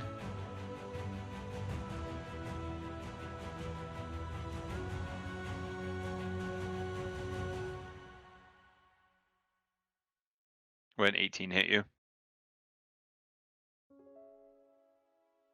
I'm sorry, who are you asking? You're asking me? Yeah, sorry. Yeah. Oh no, I'm at 20. That's even with I'm at no, I'm sorry, I'm at 22 now. So no. Ugh, good lord. Okay. So yeah, this thing tries to take a swing at you, and it doesn't seem to really kind of make anything. It almost seems to pass right through you. As it's now just kind of standing directly in front of you, oddly enough. And it doesn't seem to know exactly what to do. It's gonna just kind of end its turn standing directly in front of you at this point. Not really moving, but just kind of ominously standing there with no sort of reaction on its face, as it's more or less just a gigantic shroud of a thing. But that would leave this tiny spider. Tenach, it's your turn. Hopefully I heard some tides of war going on outside. I believe that don't spiders get some sort of advantage on a perception of some sort? I'm not sure. I believe it's called Spidey Sense. Yeah, there it is. Yeah. Plus 10 Spidey sense. I hate it so much. Yes, I'll allow it. Yeah, you get Spidey senses, so you do end up kind of hearing some action going. Okay. Alright. I mean, he is a spider, man. Come on. Spider Man. Oh god. Okay. So there's one right in front of Stopper and one in front of Shiny. Or Abraxos and Kai, sorry. So it's just that one. As you come around the corner, there is another one, another shadow that hasn't really moved all that much, but it is just kind of right outside of the doorway as well.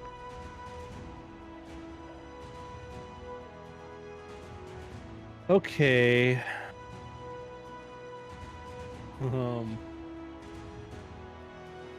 Guess I'll fight this one.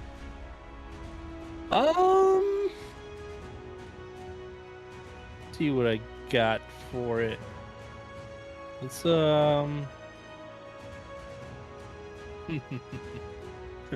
Fireball! Just nuke the room. Oh boy. I will.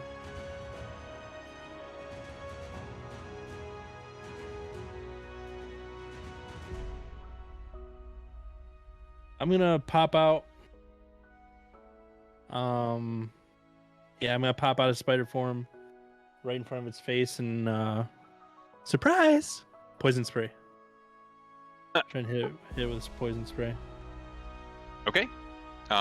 What's the save on that? Con 13. Okay, so it did fail the roll. It did fail a Constitution saving throw.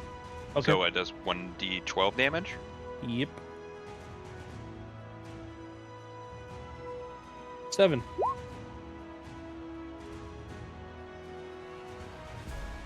Sorry, I took a bite of pizza. Very good.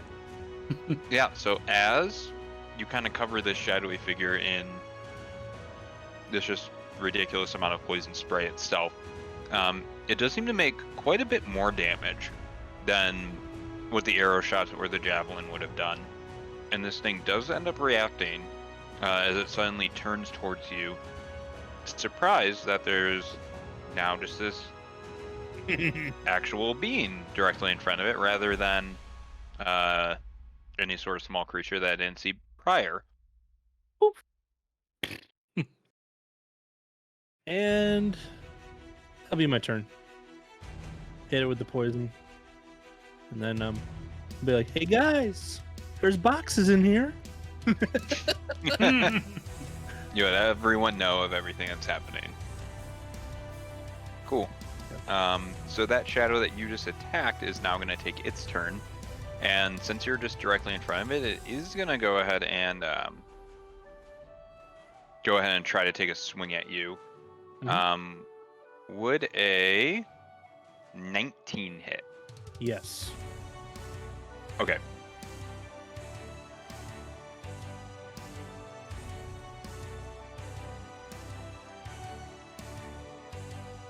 Okay, so it's going to do 2d6 Damn.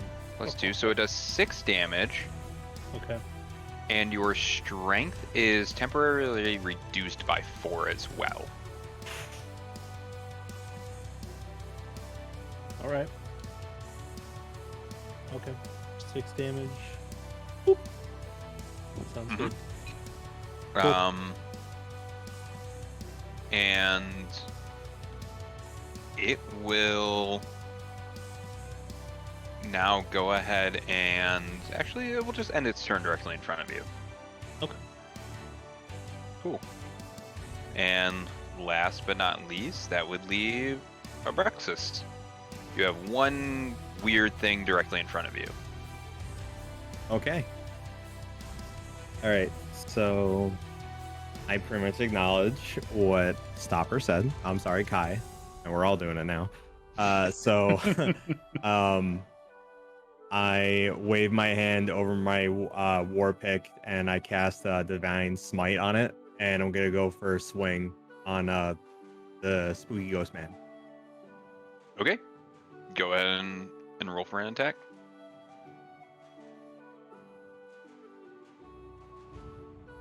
Holy shit, dude. Really? That's pathetic.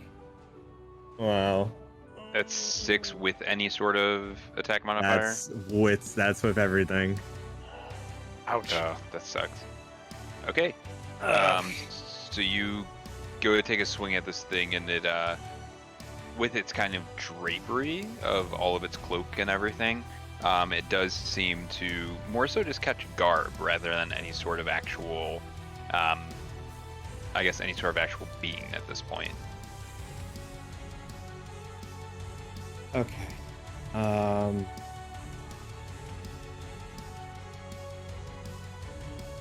Now, I'll ask this before I end my turn.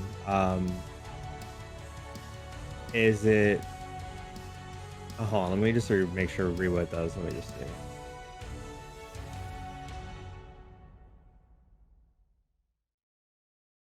Is it considered a fiend or an undead? It is considered an undead, yes. Okay. Then you let me know if I can do this. As my second action, can I do Channel Divinity? So I'm just trying to see if I'm trying to see if how to send it over because I'm not seeing the button for it. Oh, there we go. There we go. So it's as a regular action. So you would only be able to use it during your action phase. Okay, and that was my attack. So all right, never mind then. Yeah. Okay. Give me another. Then if that's the case, then I'm just gonna just stay tangled up with well, actually, hold on. I got a bonus action I can do. Oh, this might help next time.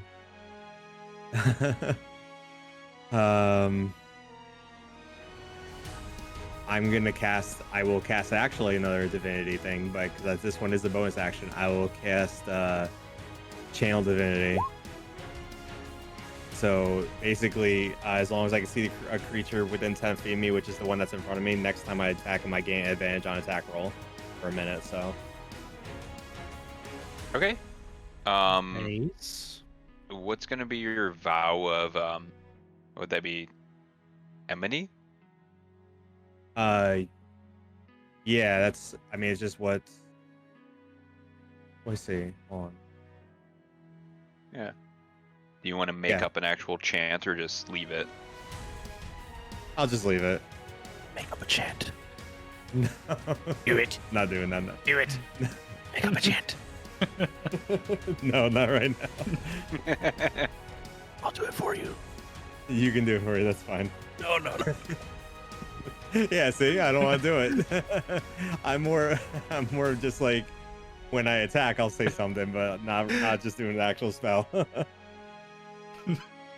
The strong silent type. Yeah. Okay. Cool. You said you just want to stay entangled with this thing then? Yes, sir. All right, cool. That would leave us back to the top. Kai. The one that's tangled with Tenach, is it on the left-hand side or the right-hand side of him? It would actually be on the left-hand side of him. It seemed to be trying to sneak up behind you when you were at the door. Gotcha. So I'm gonna step, I guess, 1, 2, 3. I'm gonna come around just around the other side of this tree trunk. Am I still in the cover of the tree's darkness? Yeah. Okay. So it still can't see me at all. Correct. Okay.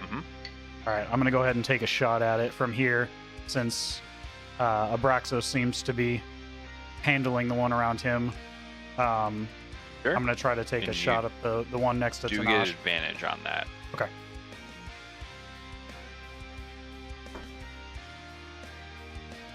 Uh, 16 to hit. That hits. And I'm going to mark it as my favored foe since I hit it to do an extra 1d4. Okay.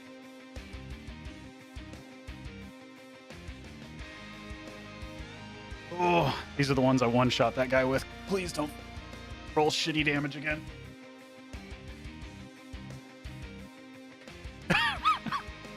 Damn, dude. I can hit everything, but I can't do a lot of damage. 7 total damage, piercing. Okay, so the added D4 is added piercing damage. Let me double check and make sure. I'll put it up on the screen. Mark it. 1d4.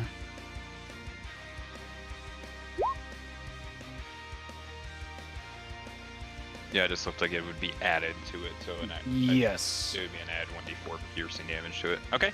Yeah, so it's 3 plus 3 plus 1. 3 plus 3 plus 1. Cool. And then don't think there's anything.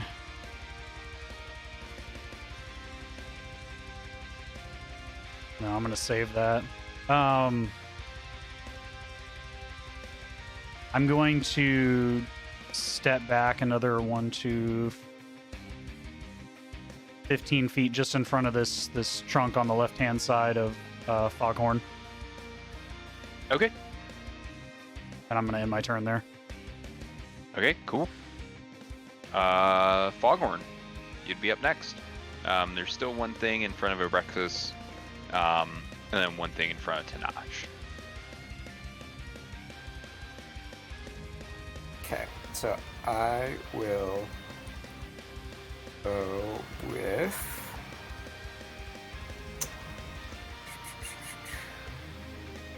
Guiding Bolt. Oh. See if it hits first. 24 to hit. Nice. That definitely hits. Yeah, no, go Okay. ahead and roll damage. So, well, let me pull it up again. A flash of light Sweet. streaks towards a creature, of your choice within range. Make a ranged spell attack against the target. On hit, the target takes 4d6 radiant damage, and the next attack roll made against this target before the end of your turn has advantage, thanks to the mystical dim light glittering on the target until then. It's pretty good. Very Yeah, nice. it's ridiculous. You said 4d6? Yeah, 4d6. Wow. Gnarly. Mm. Is that only against undead? The 46? No. No, Wow. literally against anything. Yeesh. That's Jeez. insane. 15 radiant damage. Okay. That's solid. Yeah, so as you kind of send this this little bit of light towards the actual creature itself, it almost seems to be fully enveloped by it.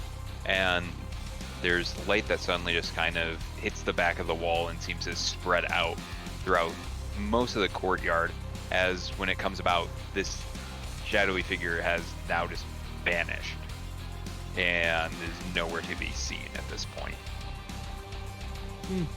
Nice.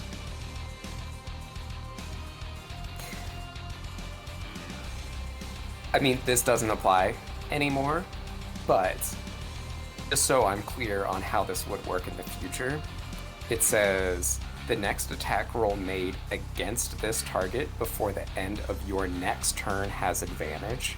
I would assume that means whomever makes the, like, if Shiny made it, if Yeah. Vale made it, whomever makes it, not me specifically, unless it is just happens to be me that makes the next one. Yeah, exactly. As long as someone makes the next one, doesn't matter who, it's just that one attack.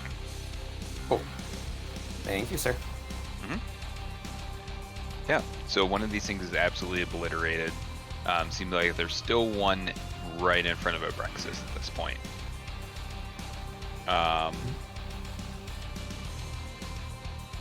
And it is this one Shadow's turn.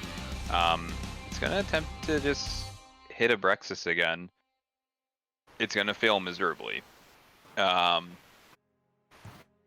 this thing takes a swipe, it seems like your shield, as well as your now mystic one that's just kind of floating around you, is fully protecting you from anything that this thing is able to throw. But It's nice and warm in here. it's still gonna stay around the area, just right in front of you. But that would be Tenach. The one that was directly in front of you is completely obliterated. It's almost like a flashbang just went off in front of you. Okay. And there is one more in front of Abraxos. All right.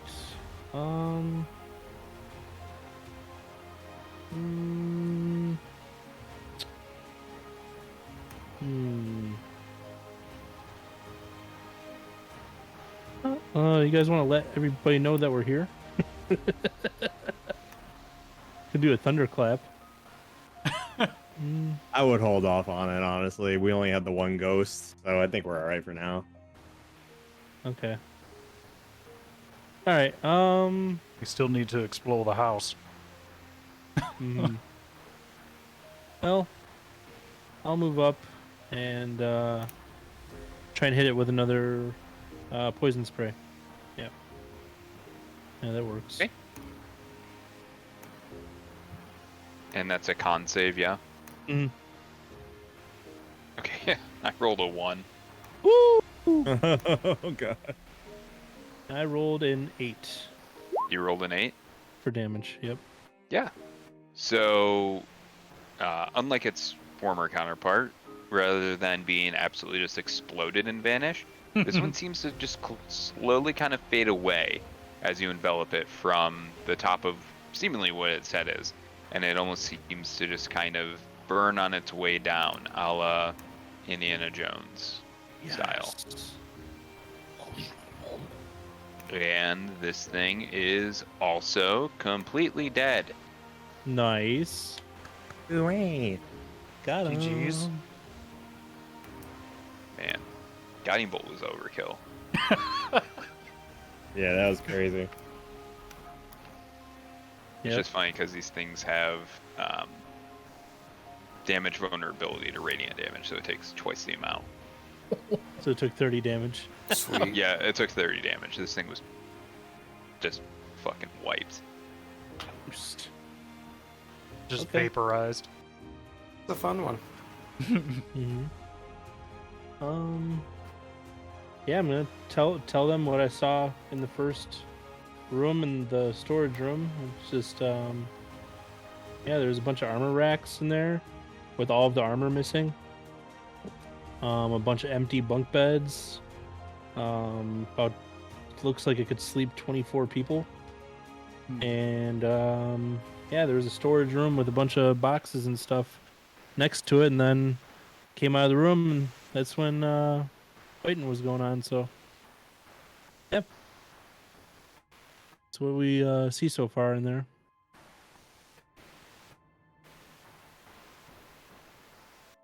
Were there any signs of the nimble bright? No, there was nobody in there.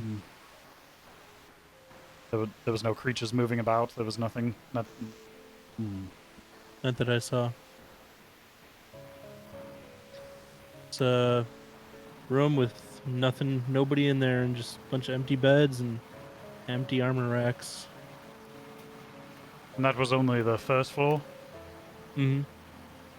so there could still be someone on the second floor, or perhaps a basement level. Mm-hmm.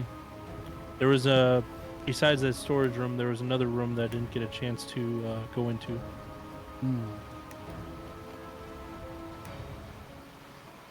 Did someone see someone on the upper level earlier?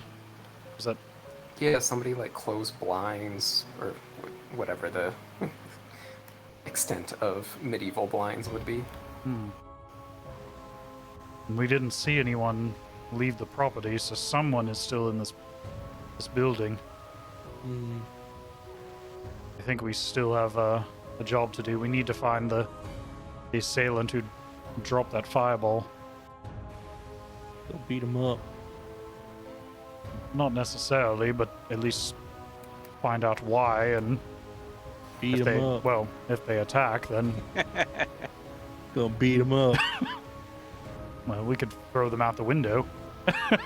Yes. Or your preferred method of dismemberment, but yes, we'll beat them up.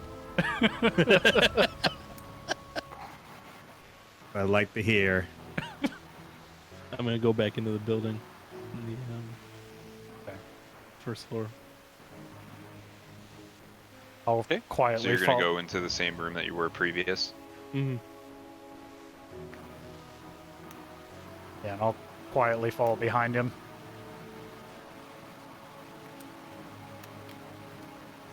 Okay.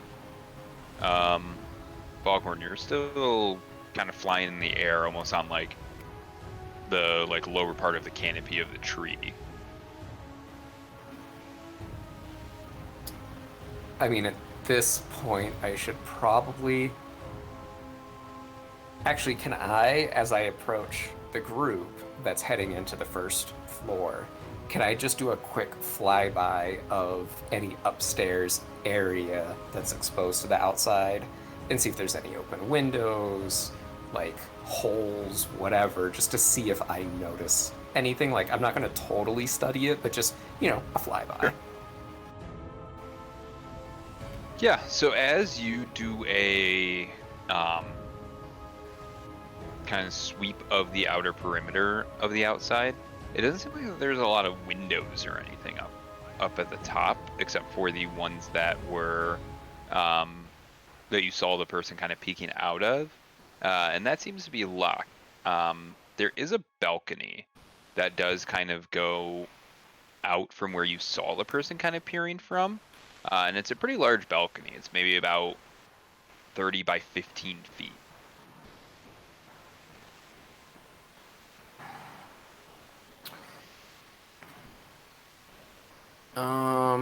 I don't think we should necessarily split up. I don't want to, enter that room as you guys are dealing with shit on the first floor and get bamboozled, so I'll at least kind of just let them know I didn't see anything, and I'll go down to the first floor and kind of enter with the group at this point. Okay. So you'll fly in to a small door, Apex style, and now you're in there with everyone else. Power slide right through the door. Parkour. Just roll in. Were you going in there as well, Abraxos? Yes, sir. Cool. So now you're all within that same area as previous. You got a pretty good rundown from Tenach, what he saw when he was a little spider. So there is that door to the south still. The one directly south of me. Yeah. Mm-hmm. Yeah, you can all see the door. Yeah, it's just that one that leads south. Should check this room for some loot. Mm-hmm. The one on the left-hand side? Mm-hmm. That's where all the boxes were. While he's doing that, I'm going to carefully come up to this corner and just...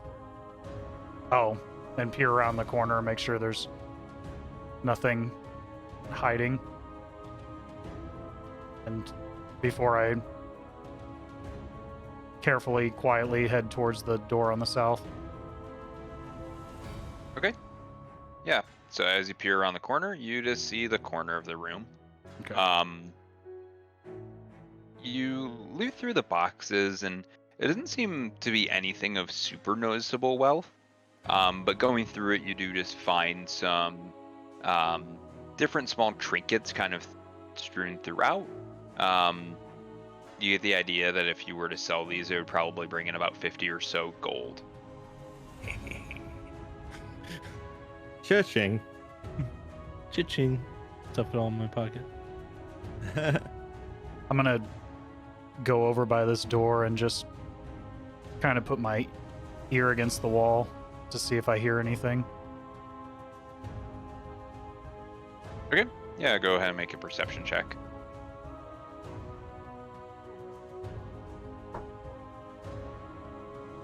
Oh, not good. 9. 9. Mm-hmm. You don't necessarily hear a whole lot. You do seem to think that there's might be like a fire roaring or something like that close by. But outside of that, you don't actually notice anything like special actually happening. I don't hear anyone moving about, but there may be a fireplace or something. And I, kind of whisper that to everyone. Hey, bro. Okay. I'm going to gently touch the door. Does it appear, just at first glance to be locked? Doesn't even seem to be locked at first glance.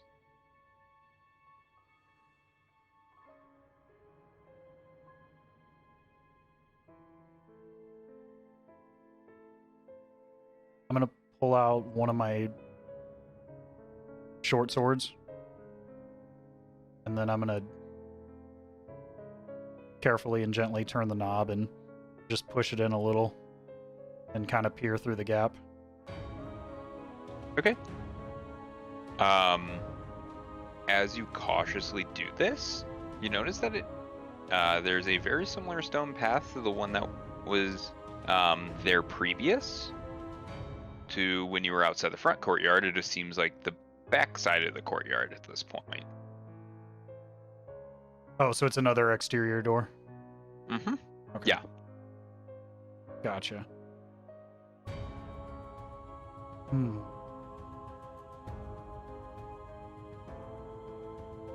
It doesn't seem like there's anything else in here, gentlemen.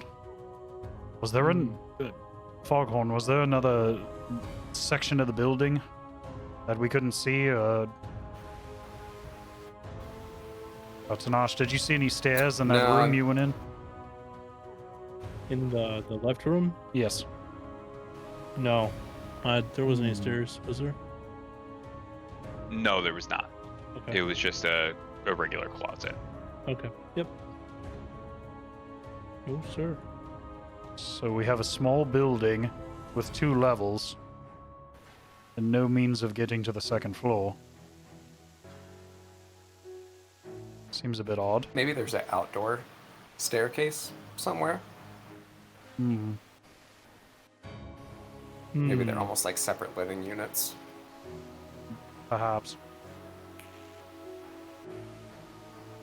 I mean, I could also fly up to the balcony and drop some rope, and you guys can climb up.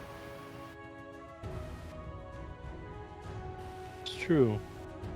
You would then maybe get not necessarily a surprise round, but like get a surprise to him by like, you know, how the fuck did you get here? Assuming this person is still in that section where the balcony juts out onto.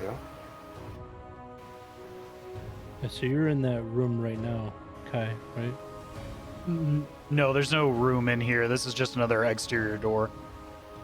Oh. It's the south side of the courtyard. I thought it was another door to another room, but it's just a door to another entrance.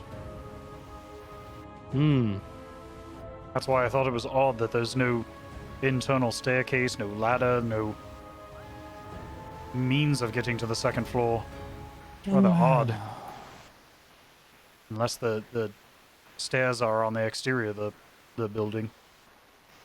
Okay, maybe we walk outside to this exit and then see if there's any stairs on this side of the building leading up to the top. Foghorn, do you want to do another quick pass outside, and we'll exit this south area and see if we see the stairs from this side? Sure.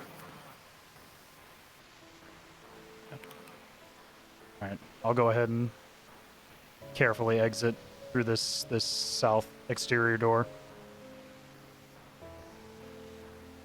Okay. As you do, you come to the outside of the courtyard. There are 2 doors, one pretty close to you, and then another one on the opposite side of the courtyard. It seems to go into kind of more of a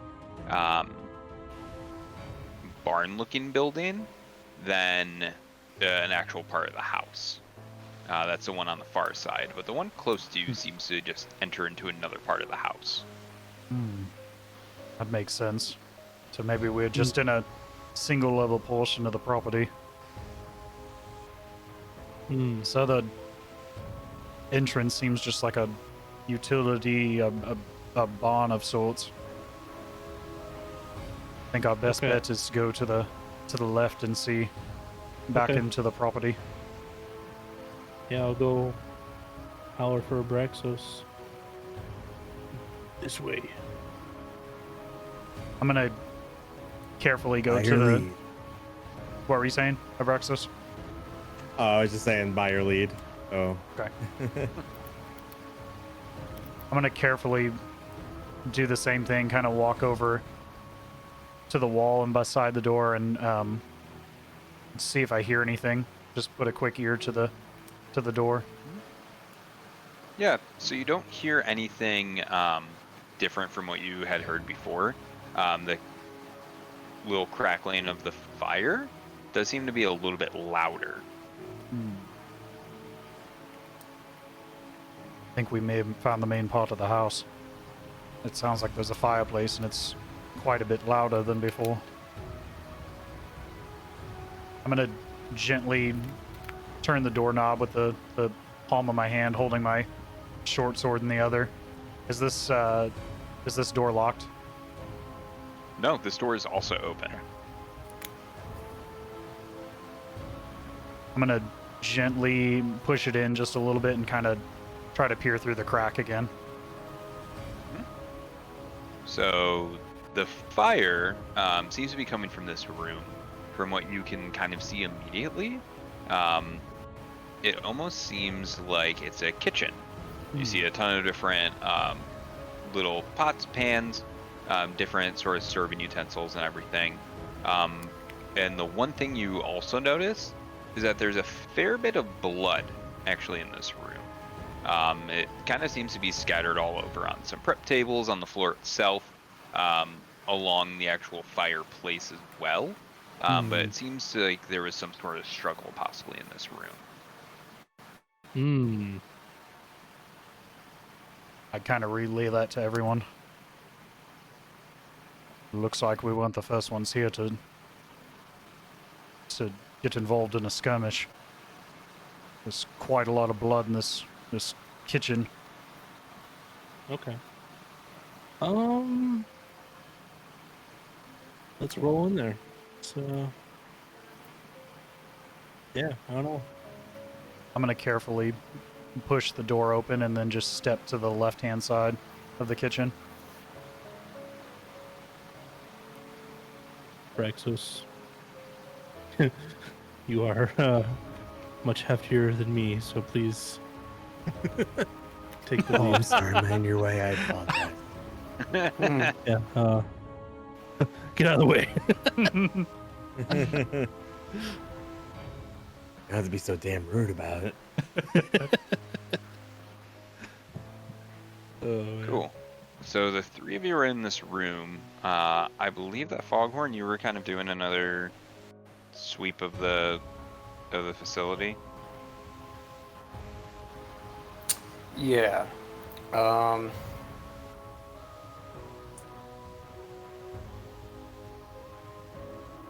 Tenach, do you want to wave at Foghorn and see if you can get him to Yeah. come and join us? Yeah, I will. I think we may have found a point of entry. Mm-hmm. Cool. gonna Yeah, do I'll the- follow them then.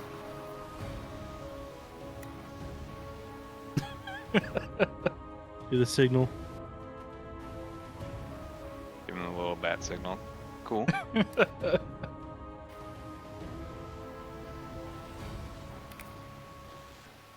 Okay.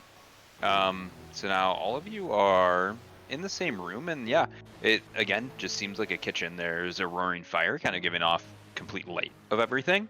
But it seemed like that there was some sort of pretty big struggle. Seems like the blood is more highly concentrated towards the actual south side of the actual room itself.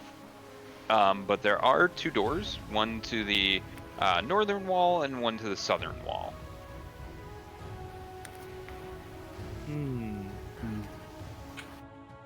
I don't think people will. Does it look like animal blood, or is it looks like humanoid blood? It doesn't look like it was intentional or like a slaughter kind of situation. Well, not for yeah. the purpose of butchering. Yeah, doesn't seem like there was any sort of butchery happening in here. Okay. There's quite a lot of blood on this south side.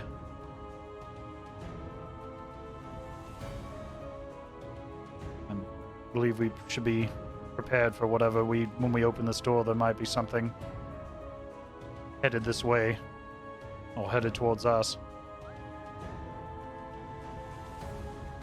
Abraxos, do you want to flank the other side of the door as I push it open? Absolutely. I thought you'd never ask. It must be my birthday. I'm gonna put away the short sword and take out my bow, and then just kind of be at the ready. Not cock and arrow, but just be at the ready, and just gently turn the knob and let the door's weight push it open. Okay, and this is the door to the south part. Yeah, the south part. And I'm just gonna Okay. stand to the side as it swings open slowly. Okay. The door doesn't easily move. Oh. It seems like that there's something kind of hitting it, or at least blocking it from actually moving. Okay. Okay, I feel the thud of the door, and I'm Abraxos, I believe we might have something blocking this, either intentionally or unintentionally. Perhaps you should coax it a little to open fully. I'll give it a shot. Let me just.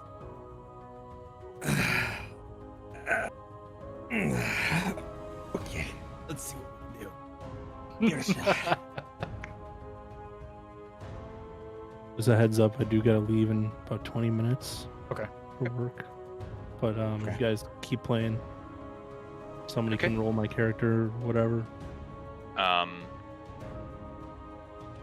Cool. When we get to that point, we can figure it out. But so now that you're pumped up with the door here, Abraxos,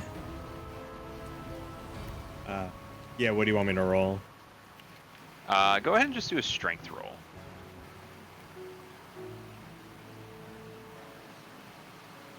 $21. Damn. Okay. So as you do this, you give the door a very hard push and put quite a bit of shoulder into it. As you do, a body actually seems to kind of roll out of the way of the door. And as you make your way in, you see two different servants. One an older male, and one a younger halfling that is in an apron, who seem to be killed without any real remorse. It almost seems like if they just went in, someone went in here, took care of business, and then went out into the room to the left as the door is actually swung open. There is another door to the right as well in this room.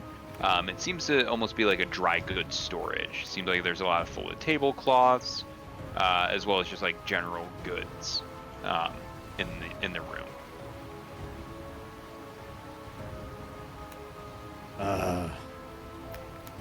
Well, I think we found where the blood came from. As we pass into this room, can we... You said it was a pretty grisly murder. Can we tell what may have caused the murder, or what weapon was used, or...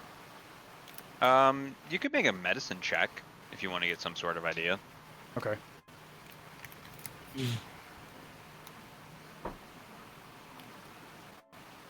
Not great, but not 10. 8 plus 2. I've got a +5 to medicine. Oh, there you go. Okay. You could roll if you wanted to. Okay, 19. Yep. So Kai, as you look over it, you get an idea that some sort of blunt force trauma. You're not exactly from what. As Tenach takes a closer look, he sees that it does seem to be an actual mace that would have done the damage, just based on the pattern of the actual strikes. Okay. Nice.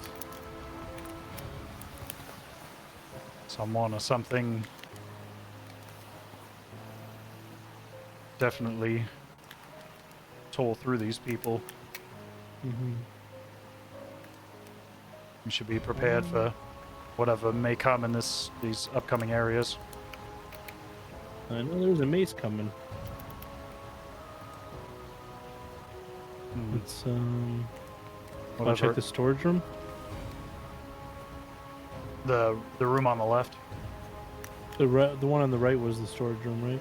So you Oh, guys are I- in the oh, sorry. storage room. There's just a door to the left and a door to the right. Oh. Hmm.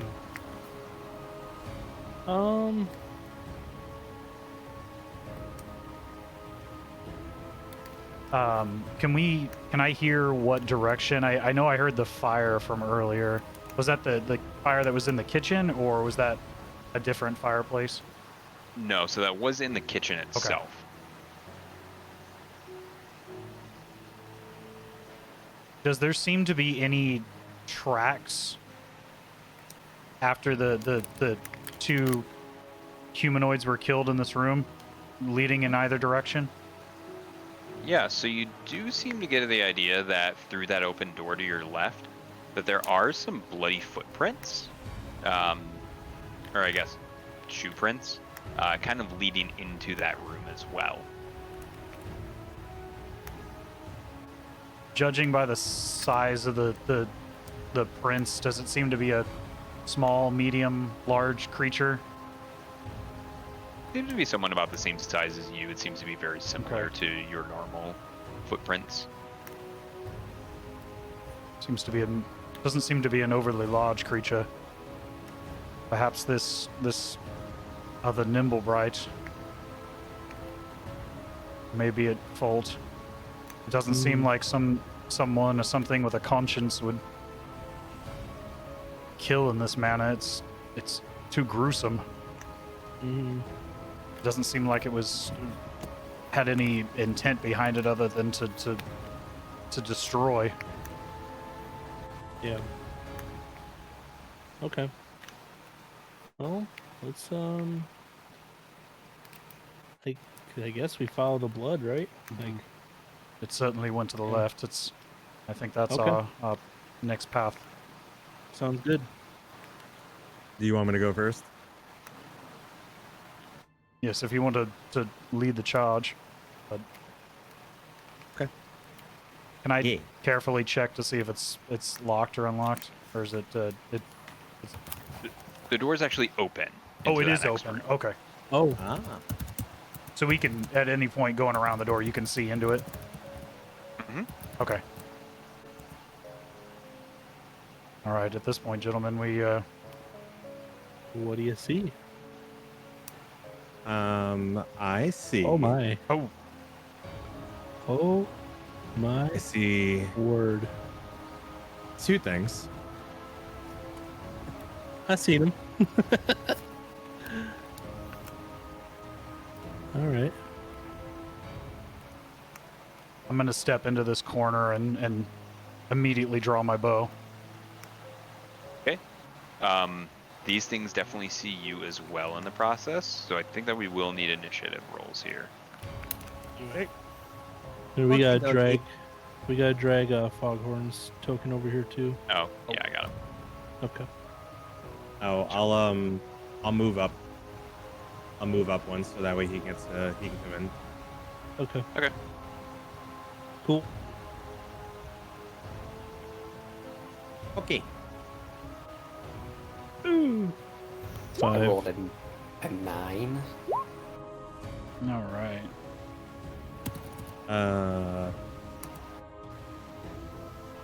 Oh, 17. Okay. Nice. I'm on D&D Beyond, the dice actually landed crooked and it didn't give me a number, so I wasn't sure. Really? Yeah, it It was at the does bottom, that? and it was between a 6 and a 16, and it didn't highlight either number. It didn't say what it rolled on the website, but it came through on the Roll Beyond. So I'm like, okay, I'll take it. That's so 13. goofy. Yeah. You said 13, Kai? Yes. Cool. All right. That would mean Abraxos. You see two, not very well armored guys in front of you, but they do hold gigantic two-handed maces. I think we found our culprits. Yeah, we sure did. All right. Let's see.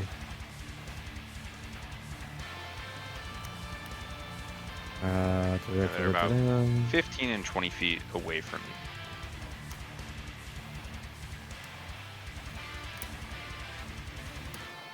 you. Okay. Let me just double check what this does.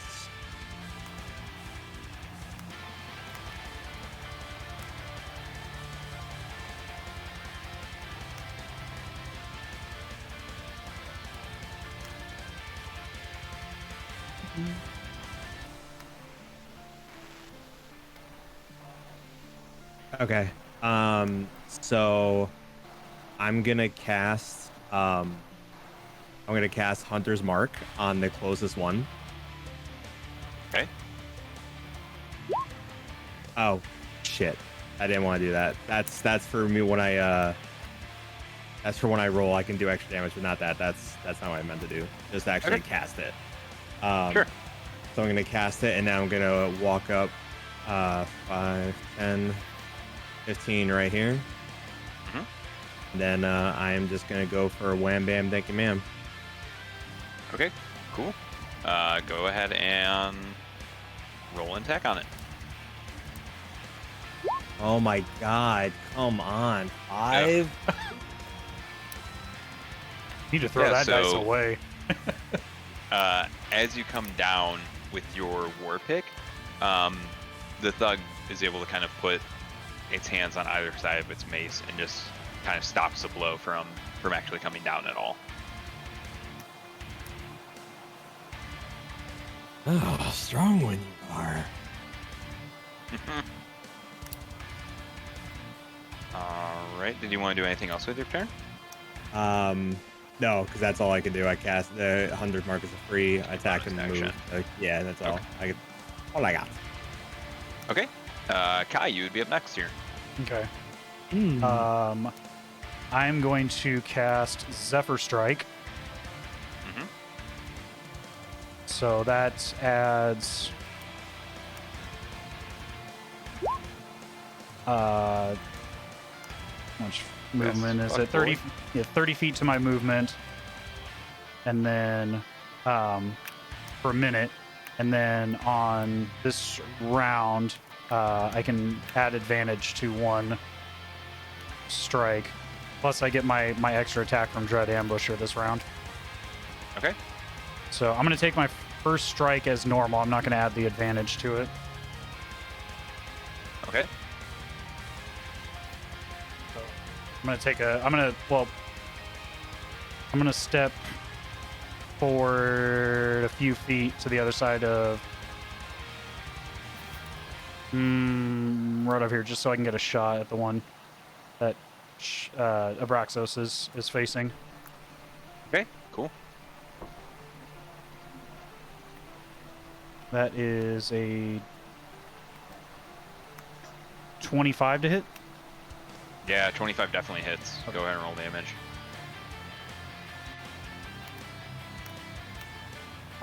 7 piercing damage on that one.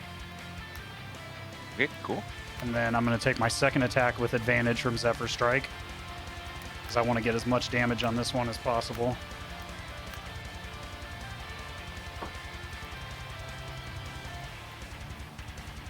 Would you take a 17? Yeah, definitely. Okay. So that's a D8 plus the Dread Ambusher D8 plus Zephyr Strike D8.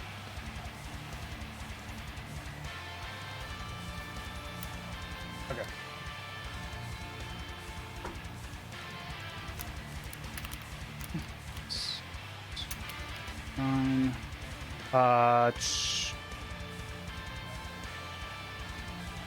Sorry, I have to break out one of them because one of them's force damage.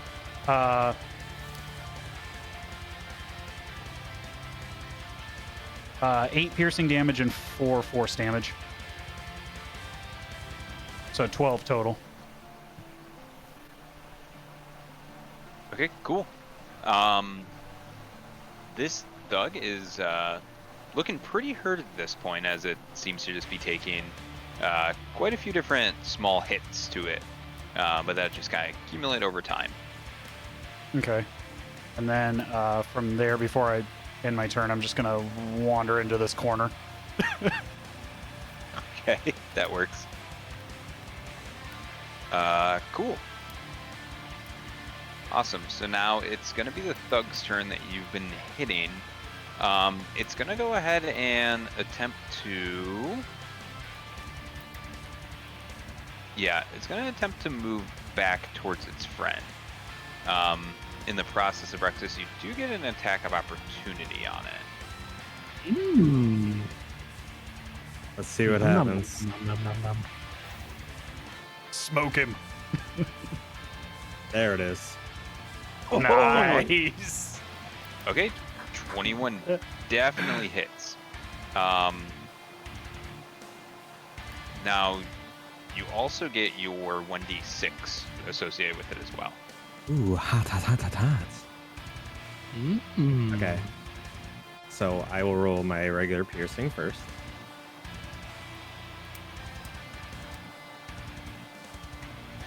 So 10, Oh shit. Okay. and then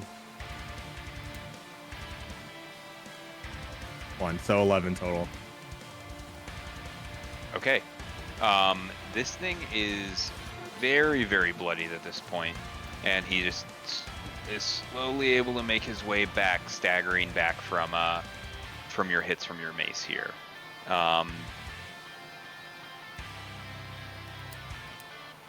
As this is happening, he's actually gonna step behind his bud here, and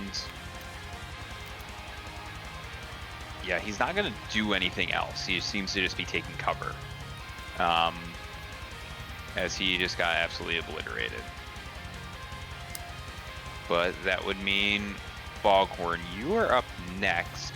About 20 feet from you, there is a guy that seems to be fully not hurt in any sort of way, and behind him directly is one guy who seems to be staggered quite a bit.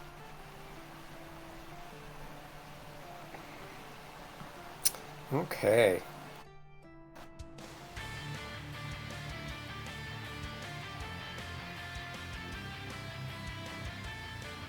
I will... See, can I get to the guy who is staggered without having to get like an opportunity attack of like going around the guy that's kind of protecting him? I am letting my dogs out right now. Would anyone be able to see if he'd be able to like go around it all?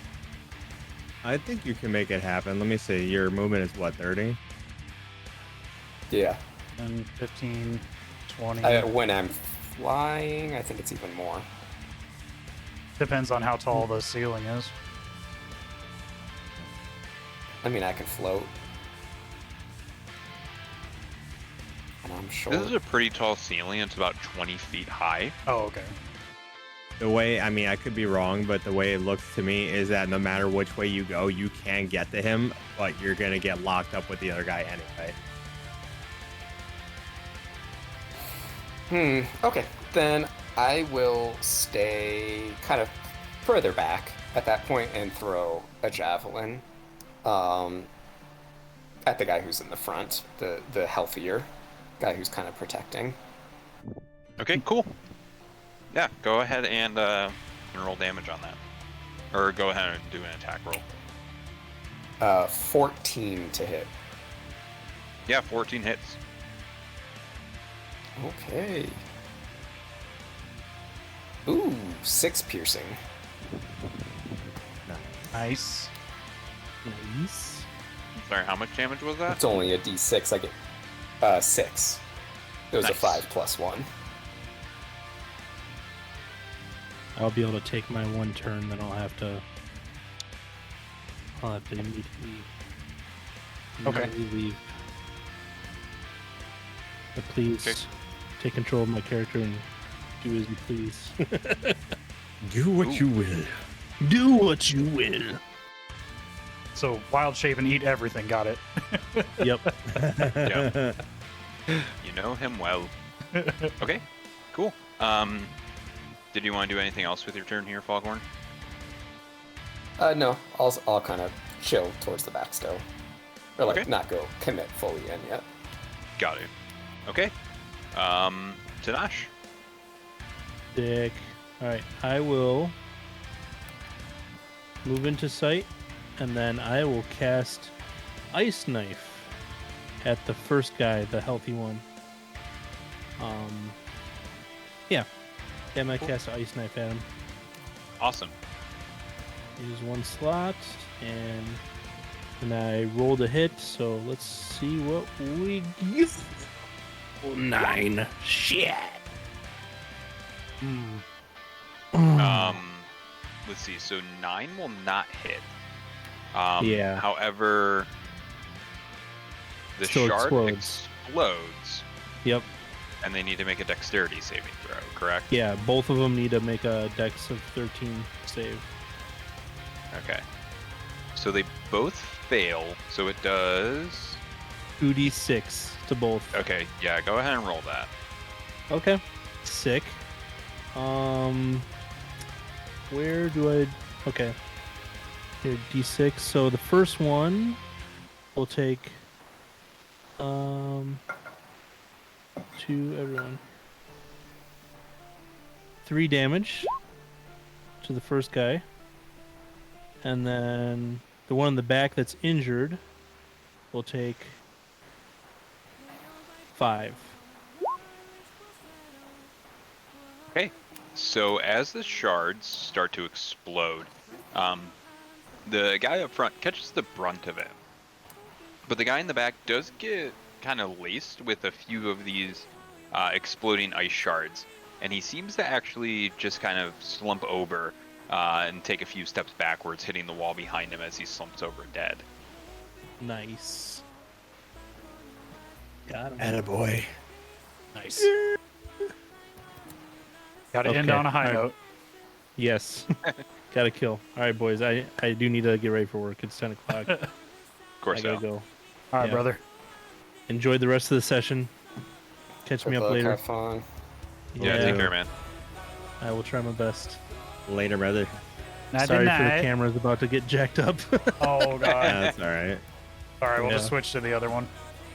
Okay. All right, I'll see you boys later. Have a good night. Nighty night. Yeah, man. Yeah. Later.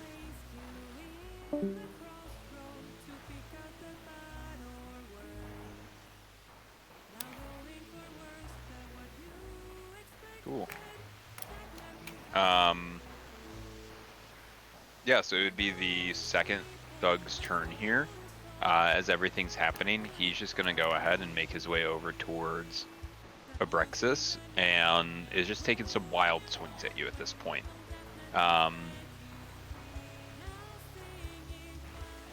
Okay. Do I still have ODB? Has it been 10 minutes past or? It has not been 10 minutes yet. So long as he hasn't casted another concentration spell, which to my knowledge he hasn't, you would still get the +2. Fantastic. I have not, no. Okay, cool. So this guy actually takes 2 attacks at you. He swings down, and it seems like on both attacks, your shield does seem to just move its way into it, as neither of them actually end up hitting you. They may actually roll the steel of your shield a little bit, but ultimately it seems like that you were able to block without any sort of issues here. Oh, you scratched my shield. That's cute.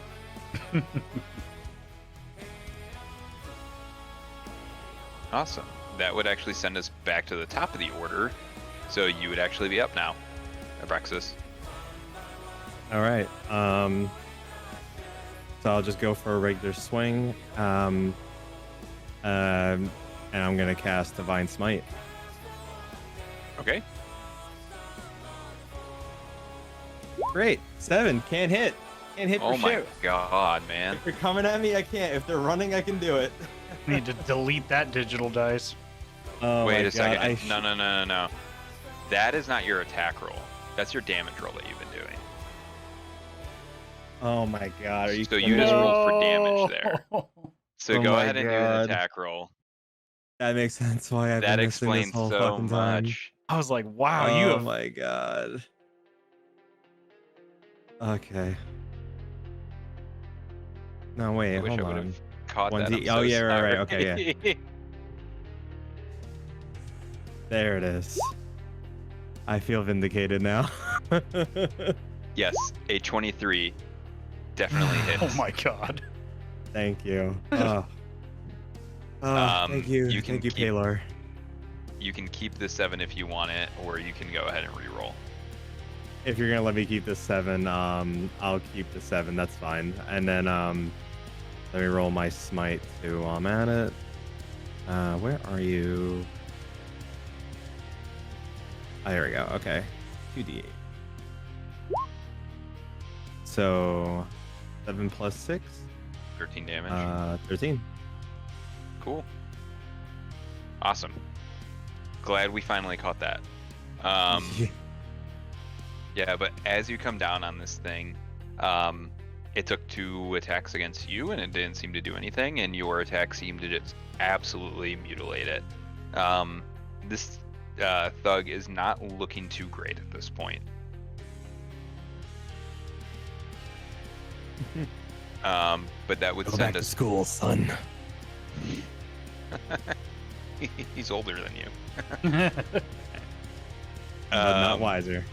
No, certainly not. He doesn't know how to block a mace coming down on his face a few times, or a war pick rather. Cool. That would leave Kai. You were up next here. Okay. So I'm going to go 5, 10, 15, 20, 25, 30, 35. Right there. Which I can keep moving, but I'm going to get right behind him here, and I'm going to take a shot at his back while Shiny's beating him up from the front. Nice.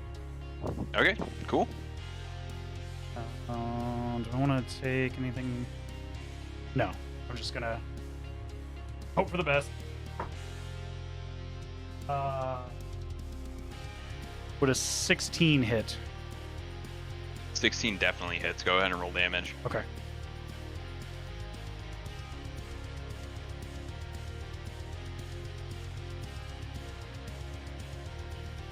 That one that was rolling hot the first night.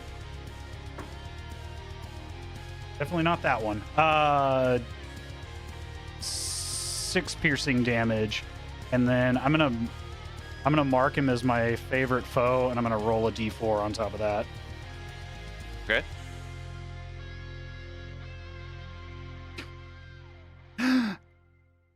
Seven damage. That might be enough, man. Yeah, that is definitely enough as this thing gets pelted in the back a couple of times. He actually seems to fall into Abraxos' shield as he just kind of slides down it slowly and moves off to the side. 2 arrows, or 2 bolts rather, sticking directly out of its back. It seemed like both of these guys were fully dispatched at this point. From here, do they have any distinct markings on them? Nothing too terribly noticeable at this point. You have a feeling that possibly they were the ones to go through, and also in this room are a few dead bodies as well, kind of scattered throughout the floor outside of the ones that you had just killed. As you take note, there is some fighting going on up the stairs as well. You kind of hear a bit of a skirmish past the actual room, again leading up the stairs.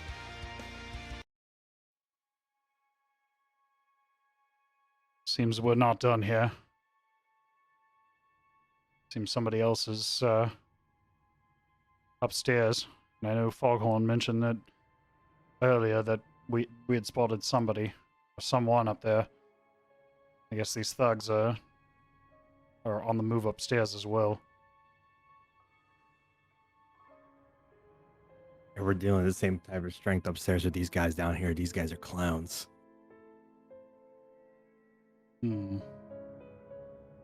They may be clowns, but that doesn't mean anyone. There might not be someone else, or maybe someone else up there.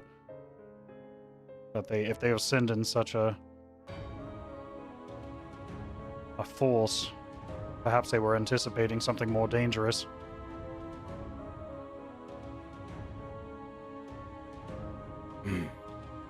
Well, there's only one way to find out. Also concerns me that whomever owns this property is employing undead as the groundskeepers and bodyguards.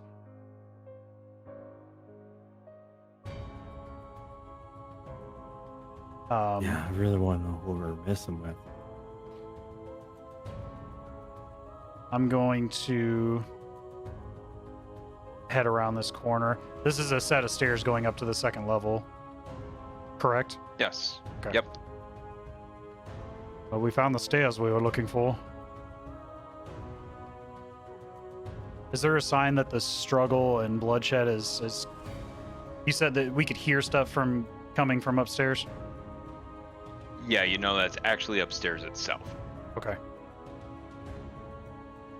I'm gonna go ahead and pull out another arrow and prepare to fire as I kind of walk up the stairs.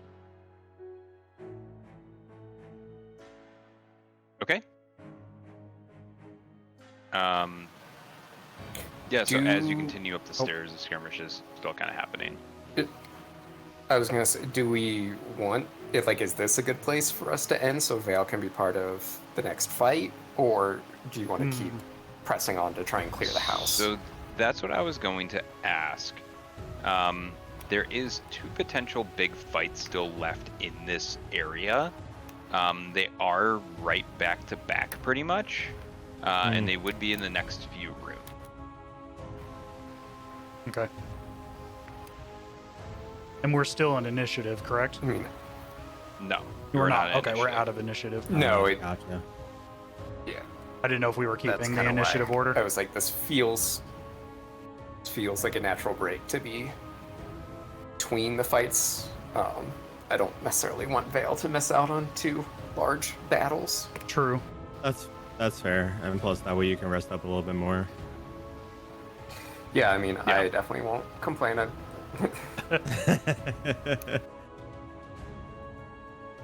Yeah, I think that's a good stopping point. If everyone's Yeah.